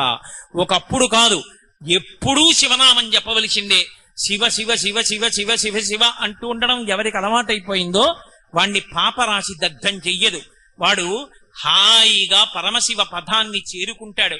అంతటి మహానుభావుడైన ఆయనకి అభిషేకం దేనికి అంటే ఆయనకి కోసం కాదు, ఆయనకి జరిగేటటువంటి అభిషేకాలలో కల్లా అత్యద్భుతమైన అభిషేకం సంవత్సరం మొత్తం మీద ఒక్కరోజే జరుగుతుంది. మిగిలిన రోజులలో జరిగేటటువంటి అభిషేకముల వలన వచ్చే ఫలితం కన్నా ఆ రోజు వచ్చేటటువంటి ఫలితం విశేష ఫలితం. అందుకే ఇప్పటికీ మీరు దక్షిణ దేశం వెళ్ళి చూస్తే అద్భుతంగా చేస్తారు. చిదంబరంలో ఆ రోజున కొన్ని వేల మంది వెళ్ళి చూస్తారు. ఆర్ద్రాభిషేకము అంటారు. నేను కాకినాడలో కొన్ని సంవత్సరాలు చేయించాను దాన్ని. మార్గశీర్ష మాసంలో ఆర్ద్రా నక్షత్రం ఉన్నటువంటి రోజున విపరీతమైన చలి, శరీరం మీరు అసలు బయటికి రాలేరు. అంత చలిగా ఉంటుంది. ఉహుహూయని వడక లోకముర్వీనాథ అని పళ్ళు పటపట పటపట కొట్టుకుంటాయి. అటువంటి నక్షత్రంలో తెల్లవారుజామున 4 గంటల వేళ శివలింగానికి అభిషేకం చేస్తే ప్రపంచమంతా చల్లబడుతుంది. మహానుభావుడు కంచికామకోటి పీఠాధిపత్యం వహించిన ప్రాతస్మరణీయులు చంద్రశేఖరేంద్ర సరస్వతి మహాస్వామి వారు శరీరంతో ఉన్నంత కాలం ఆర్ద్రాభిషేకాలు జరిగాయి. ఆర్ద్రాభిషేకం జరిగితే వర్షం పడకపోవడం అనేటటువంటిది ఉండదు లోకంలో. అందుకే ఆయనకి ఆర్ద్రాభిషేకం చేస్తారు. ఒక చోట ఒక కవి దెప్పి పొడిచాడు, మౌళౌ గంగా శశాంకౌ. నీకు చూస్తే చల్లటి చంద్రబింబం, చాలలేదన్నట్టుగా గంగ ఇంకా చల్లగా ఉంటుంది నెత్తి మీద. ఇది చాలదన్నట్టుగా వామార్ధ భాగం అంతా హిమాలయ పర్వతానికి పుట్టినటువంటి అమ్మవారు నీ భార్య. మరి తండ్రి చల్లగా ఉంటే పిల్ల చల్లగా ఉండదు. హిమవంతుడి కూతురు కాబట్టి ఆవిడ చల్లగా ఉంటుంది. ఇంకా ఈ చల్లతనం నీకు సరిపోలా, పావులు తెచ్చి ఒంటి నిండా వేసుకుంటావు. పాము అడుగు భాగం చల్లగా ఉంటుంది. పాము ఎప్పుడైనా పాదం మించి పాకితే తెలుస్తుంది, చల్లగా ఉంటుంది. అటువంటి పావులు ఒళ్ళంతా చుట్టుకుంటాడు. కాబట్టి నీకు ఈ చల్లతనం చాలా, ఇవన్నీ చాలవన్నట్టుగా ఒళ్ళంతా గంధం రాసుకుంటాడు. ఈ గంధం యొక్క శీతలం సరిపోలా, ఇంకోడైతే కొయ్యబారిపోతాడు. మళ్ళీ ఆర్ద్రా నక్షత్రంలో తెల్లవారకట్ట నీకు అభిషేకమా అంటే ఆయన కోసం కాదు, మనందరం చల్లగా ఉండాలని తాను అంతటి చల్లటి పదార్థాలు అభిషేకం పుచ్చుకొని గడగడలాడకుండా కూర్చుంటాడు. మీ అందరూ చల్లగా ఉండాలిరా అని కోరుకుంటాడు. అంతటి మహితాత్ముడు శివుడు. ఆ శివారాధన జరిగినంత కాలం, శివాభిషేకాలు జరిగినంత కాలం, శివనామం చెప్పినంత కాలం, శివార్చన చేసినంత కాలం లోకంలో ప్రమాదములనేటటువంటివి జరగవు. మీరొకటి బాగా జ్ఞాపకం పెట్టుకోండి, ఎక్కడ లోహోత్పత్తి జరుగుతుందో అక్కడ ప్రమాదములు పుంచి ఉంటాయి. నేను చెప్పట్లేదు, శాస్త్రం చెప్తోంది. అందుకే లోహంతో వ్యాపారం చేయాలన్నా జాతకం చూపించకుండా మొదలు పెట్టరు, లేకపోతే చర్మ వ్యాధులు వచ్చేస్తాయి వంశంలో. లోహంలో మళ్ళీ అత్యంత దారుణమైన లోహం ఏది అంటే ఇనుము. ఇనుము అత్యంత ప్రమాదభరితమైనటువంటి లోహం, నల్లగా ఉంటుంది. దానికి అపమృత్యు దోషం, అపమృత్యు దోష నివారణ శక్తి రెండు ఉంటాయి. అందున అది గృహోపకరణంగా కానీ ఎక్కువగా విడితే శివుడి పట్ల అపచారం జరుగుతుంది. ఎందుకంటే ఈ పృథివి శివస్వరూపం, మట్టి శివస్వరూపం కనుక ఈ మట్టిని కాల్చకూడదు. అందుకే పూర్వం మన ఇళ్ళు కట్టినప్పుడు ఎక్కడా కూడా ఇటకలు సిమెంటు వాడేవారు కాదు. పూర్వం తడికలు పెట్టి మట్టితో మెత్తుకుని కట్టుకునేవారు. ఎందుకంటే భూమిని కాలిస్తే శివుడి పట్ల అపచారం జరిగితే ప్రమాదాలు జరుగుతాయి, అగ్ని సంస్కారం జరుగుతుంది, అగ్ని అకస్మాత్తుగా పొటమరిస్తుందని భూమిని కాల్చేవారు కాదు. కానీ ఇప్పుడు మనం ఎన్నో స్లాబ్లు వేస్తున్నాం. స్లాబ్ వెయ్యాలంటే భూమిని కాల్చిన సిమెంట్కి తోడెవరు? ఇనుము. ఇనుము తోడైందనుకోండి భూమి పట్ల అపచారం చాలా ఎక్కువ అవుతుంటుంది. ఈ అపచార దోషం పోవాలి అంటే ఇద్దరి ఆరాధన జరగాలి. ఒకటి అమ్మవారి ఆరాధన విశేషంగా జరుగుతూ ఉండాలి. ప్రతిరోజు సహస్రనామాలతో అమ్మవారికి కుంకుమార్చన జరుగుతూ ఆ కుంకుమ బొట్టు పెట్టుకోవడం అలవాటై ప్రత్యేకించి ఇటువంటి కర్మాగారాలున్నటువంటి చోట పనిచేసేటటువంటి ఉద్యోగస్తుల భార్యలు లలితా సహస్రనామ స్తోత్ర పారాయణం చేస్తూ చక్కా బొట్టు పెట్టుకోవడం అలవాటై దేవీ నవరాత్రి ఉత్సవాలు చేస్తూ క్రమం తప్పకుండా పరమేశ్వరుడికి అభిషేకాలు జరుగుతుంటే దానివల్ల మళ్ళీ శాంతి కలుగుతుంది, ప్రమాదాలు జరగకుండా ఉంటాయి. ప్రమాదము అన్న మాటకు అర్థం ఏమిటో తెలుసా? భీష్మాచార్యుల వారు చెప్పాడు మహానుభావుడు భారతంలో. ఆయన దగ్గరికి వచ్చి అంపశయ్య మీద పడుంటే చెప్పారు, ఉపపాండవులు 5 చచ్చిపోయారు రాత్రే, అశ్వత్థామ చంపేశాడు అన్నాడు. ఆయన అన్నాడు నవ్వి, రాజట ధర్మజుండు, సురరాజసుతుండట ధన్వి, లోక సంరక్షకుడైన చక్రి, సర్వభద్ర సంయోజకుడైన చక్రి సారథియట, ఉగ్రగదాధరుండు భీముడై యాజికి తోడువచ్చునట, ఆపద కల్గుటకేమి చిత్రమో అన్నాడు. ఆపద అంటే మన శక్తి చేత మనం తప్పించుకోలేనిది. మీరు ఎన్ని రక్షణలు పెట్టుకున్నా మిమ్మల్ని రక్షించలేని దాన్ని ఆపద అని పిలుస్తారు. రక్షణము లేక సాధుడు రక్షితుడకు సమత చేసి రాయుడులందున్ రక్షణలు వేయి కలిగిన శిక్షితుడకు కలుడు పాపచిత్తుండగుటన్. ఎన్ని రక్షణలు పెట్టుకున్నా ప్రమాదాలు ఆపలేం. ప్రమాదము అన్న మాటకు అర్థాన్ని భీష్ముడు చెప్తాడు. రాజట ధర్మజుండు, దుర్యోధనుడు పరిపాలిస్తున్నాడు, పాండవుల పిల్లల్ని చంపారంటే అర్థం ఉంది, దుర్యోధనాదులు చచ్చిపోయారు. ఉన్నది ధర్మరాజు గారు, ఆయనే పరిపాలిస్తున్నాడు. మరి 5 పాండవుల పిల్లలు ఎలా చచ్చిపోయారు? రాజట ధర్మజుండు సురరాజసుతుండట ధన్వి. దేవేంద్రుడి కొడుకు అర్జునుడు. ఆయన చేతిలో ఉన్నది సర్వభద్ర సంయోజకమైన గాంధీవము విల్లుయట. ఆ గాంధీవం చేత్తో పట్టుకుని వింటి నారి సారిస్తే పిడుగులు పడిన ధనొస్తుంది. శత్రువులకి నెత్తురు కక్కుకు చచ్చిపోతారు. అటువంటి గాంధీవం పట్టుకునేవాడు అర్జునుడు. లోకాలని కాపాడగలిగిన కృష్ణ పరమాత్మ సారథి. బ్రహ్మాండమైన గద పట్టుకుని ఎప్పుడూ తిప్పుతుండేవాడు భీముడు. ఇంత గొప్ప వాళ్ళ పిల్లల 5 ఒక్క రాత్రి ఎలా చచ్చిపోయారు రా, వీళ్ళ గొప్ప ఏమైపోయింది అంటే, ఎవడి గొప్ప చేత ఎవడి సమర్థత చేత వాణ్ణి వాడు రక్షించుకోలేకుండా ఈశ్వరుడు ఏర్పాటు చేసినటువంటి ప్రమాదభరితమైన సంఘటనకు ఆపద అని పేరు. ఆపద తప్పడానికి కారణమేది అంటే భగవద్భక్తి ఒక్కటే. ధర్మరాజు గారు భారతంలో చెప్తాడు, ఆపద గడువం బెట్టన్ ఓర్చి సుఖంబైన దాని నుడగొట్పన్ అంటాడు. ఆపద తీసేయాలన్నా, ఆపద స్థానంలో సుఖాలు ఇవ్వాలన్నా నమ శివాభ్యాం అశుభాపహాభ్యాం. అశుభాలు పోవాలంటే, చల్లగా ఉండాలి అంటే శివాభిషేకం జరుగుతూ ఉండాలి. ఎంతో శ్రద్ధతో చెయ్యాలి. మీరు ఏమనుకోనంటే నేను మీతో మాట చెప్తా. నేను ఎవ్వరినీ చిన్నపుచ్చడం నా ఉద్దేశ్యం కానే కాదు. నేను మణుగూరులో భారజలోత్పత్తి కేంద్రంలో ఉపన్యాసాలు చెప్పడానికి వెళ్ళి నేను అక్కడ ఒక విషయం విని తెల్లబోయాను. ఆ ఊరికి చాలా దూరంగా ఉంటుంది కర్మాగారం. అక్కడ ఎక్కువ ఇళ్ళు కూడా ఉండనివ్వరు. అక్కడ అలారం వేస్తే ఊరు విడిచిపెట్టి పారిపోవలసింది. అంత దూరంలో ఉంటుంది. అంత ప్రమాదభరితమైనటువంటి కర్మాగారం. ఆ కర్మాగారం అందులోంచి వచ్చేటటువంటి పదార్థాన్ని అణుకర్మాగారాల్లో ముడి పదార్థంగా వాడతారు. భద్రాచలం దగ్గర కట్టారు మణుగూరులో. నేను అక్కడికి ఉపన్యాసాలు చెప్పడానికి వెడితే అక్కడ ఒక పెద్ద చెట్లతో ఉన్న ప్రాంగణాలంటే నాకు చాలా ఇష్టం. అక్కడ ఒక గెస్ట్ హౌస్ లో నాకు అకామిడేషన్ ఇచ్చారు. మర్నాడు నేను గుడి దర్శనానికి వెళ్ళి నేను అక్కడ ఒక విషయం విని తెల్లబోయాను. ఏమిటి ఆ విషయం అంటే, బయట నుంచి తెచ్చిన పువ్వులు అక్కడ దేవాలయాలలో ఈశ్వరుడికి వెయ్యరు. బయట నుంచి కొని తెచ్చి పదార్థాలతో అక్కడ పూజ చెయ్యరు. ఆ కర్మాగారంలో పనిచేసే ఉద్యోగులు తమ తమ ఇళ్లలో పూల మొక్కలు పెంచి 3-4 కలిపి సంవత్సరంలో ఒక తిథిని ఎంచుకుంటారు. చైత్రమాస శుక్లపక్ష పాడ్యమి మాది అని వాళ్ళు ఆ 4 ఇళ్ల వాళ్ళు కలిపి దండలు కట్టి తెచ్చిస్తారు. ఇంత ప్రమాదభరితమైన కర్మాగారంలో పనిచేస్తున్నాం, మాకు రక్షణ ఎక్కడి నుంచి వస్తుంది అంటే, దేవాలయంలో ఉన్న స్వామికి మా ఇంటి నుంచి వెళ్ళాలి పూలమాలని. అభిషేకాలకి పదార్థాలు వాళ్ళిళ్ల నుంచే వెడతాయి. దేవాలయాలలో ఉత్సవాలకి వాళ్లే నిర్వాహకులై చేసుకుంటారు. నీ తెల్లబోయింది ఎక్కడ అంటే, ఆ కర్మాగారానికి అత్యంత ప్రధాన స్థానంలో ఉన్నటువంటి వ్యక్తి ఆయన ప్రతిరోజు దేవాలయానికి వచ్చి ఉత్సవాల్లో ఆయన దగ్గరుండి నిలబడి నిర్వహణ చేస్తారు. నేను ఆఖరికి ఉపన్యాసాలు చెప్పి వెళ్ళిపోతుంటే కూడా ఆయన వచ్చి స్వయంగా వీడ్కోలు ఇచ్చి నమస్కారం చేసి వెళ్ళాడు.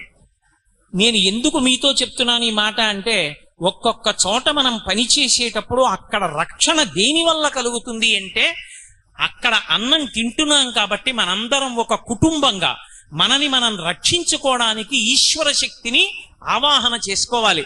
అదే మనని కాపాడుతుంది. కాబట్టి ఆ శివాభిషేకం లోకానికి రక్షణ కవచంగా కట్టబడుతుంది. అమ్మవారికి చేసిన కుంకుమార్చన, ఆ పెట్టుకున్నటువంటి బొట్టు రక్షణగా నిలబడుతుంది. అందుకే మీరు చూడండి, ఏదైనా మీకు సుఖంతో పాటు ప్రమాదం కూడా పొంచి ఉండేట్టు చెయ్యగలిగిన ఏదైనా సరే, శక్తి ఎక్కువ ఉన్న ఏదైనా సరే వాడరు తిన్నగా. అమ్మవారి దగ్గర పూజ చేయిస్తారు. నేను మోటార్ సైకిల్ కొనుక్కున్నాను అనుకోండి, స్పీడోమీటర్ తిరగడం సరదాగా ఉంటుంది, కానీ ఒక నట్టు ఊడిపోయిందంటే చాలు. అందుకని వాహన పూజ అని తీసుకెళ్లి అమ్మవారి గుళ్ళో పూజ చేయిస్తారు. ఎంత ప్రమాదభరితమో, ఎంత శక్తిని తన యందు పెట్టుకుంటుందో దాన్నంతటినీ కూడా ఇప్పటికీ వేద విభాగంతో చూపిస్తారు. ఇది శక్తి స్థానము అని గుర్తేమిటంటే, ఇలా ఇలా మెరుపు వేస్తారు. దాని శక్తి నువ్వు పట్టుకోలేవు, ముట్టుకోవడానికి కూడా సమర్థుడివి కావు. అంటే ఎలక్ట్రికల్ సబ్ స్టేషన్ లో పుర్రె బొమ్మ వేసి 2 ఎముకలు పెట్టి ఇలా ఇలా వేస్తారు. అంటే సక్రమంగా వాడుకుంటే అన్నం, తేడా వస్తే పుర్రె ఎముకలే మిగులుతాయి. ప్రమాదం సుమా, నువ్వు ముట్టుకోవడానికి వీల్లేదు.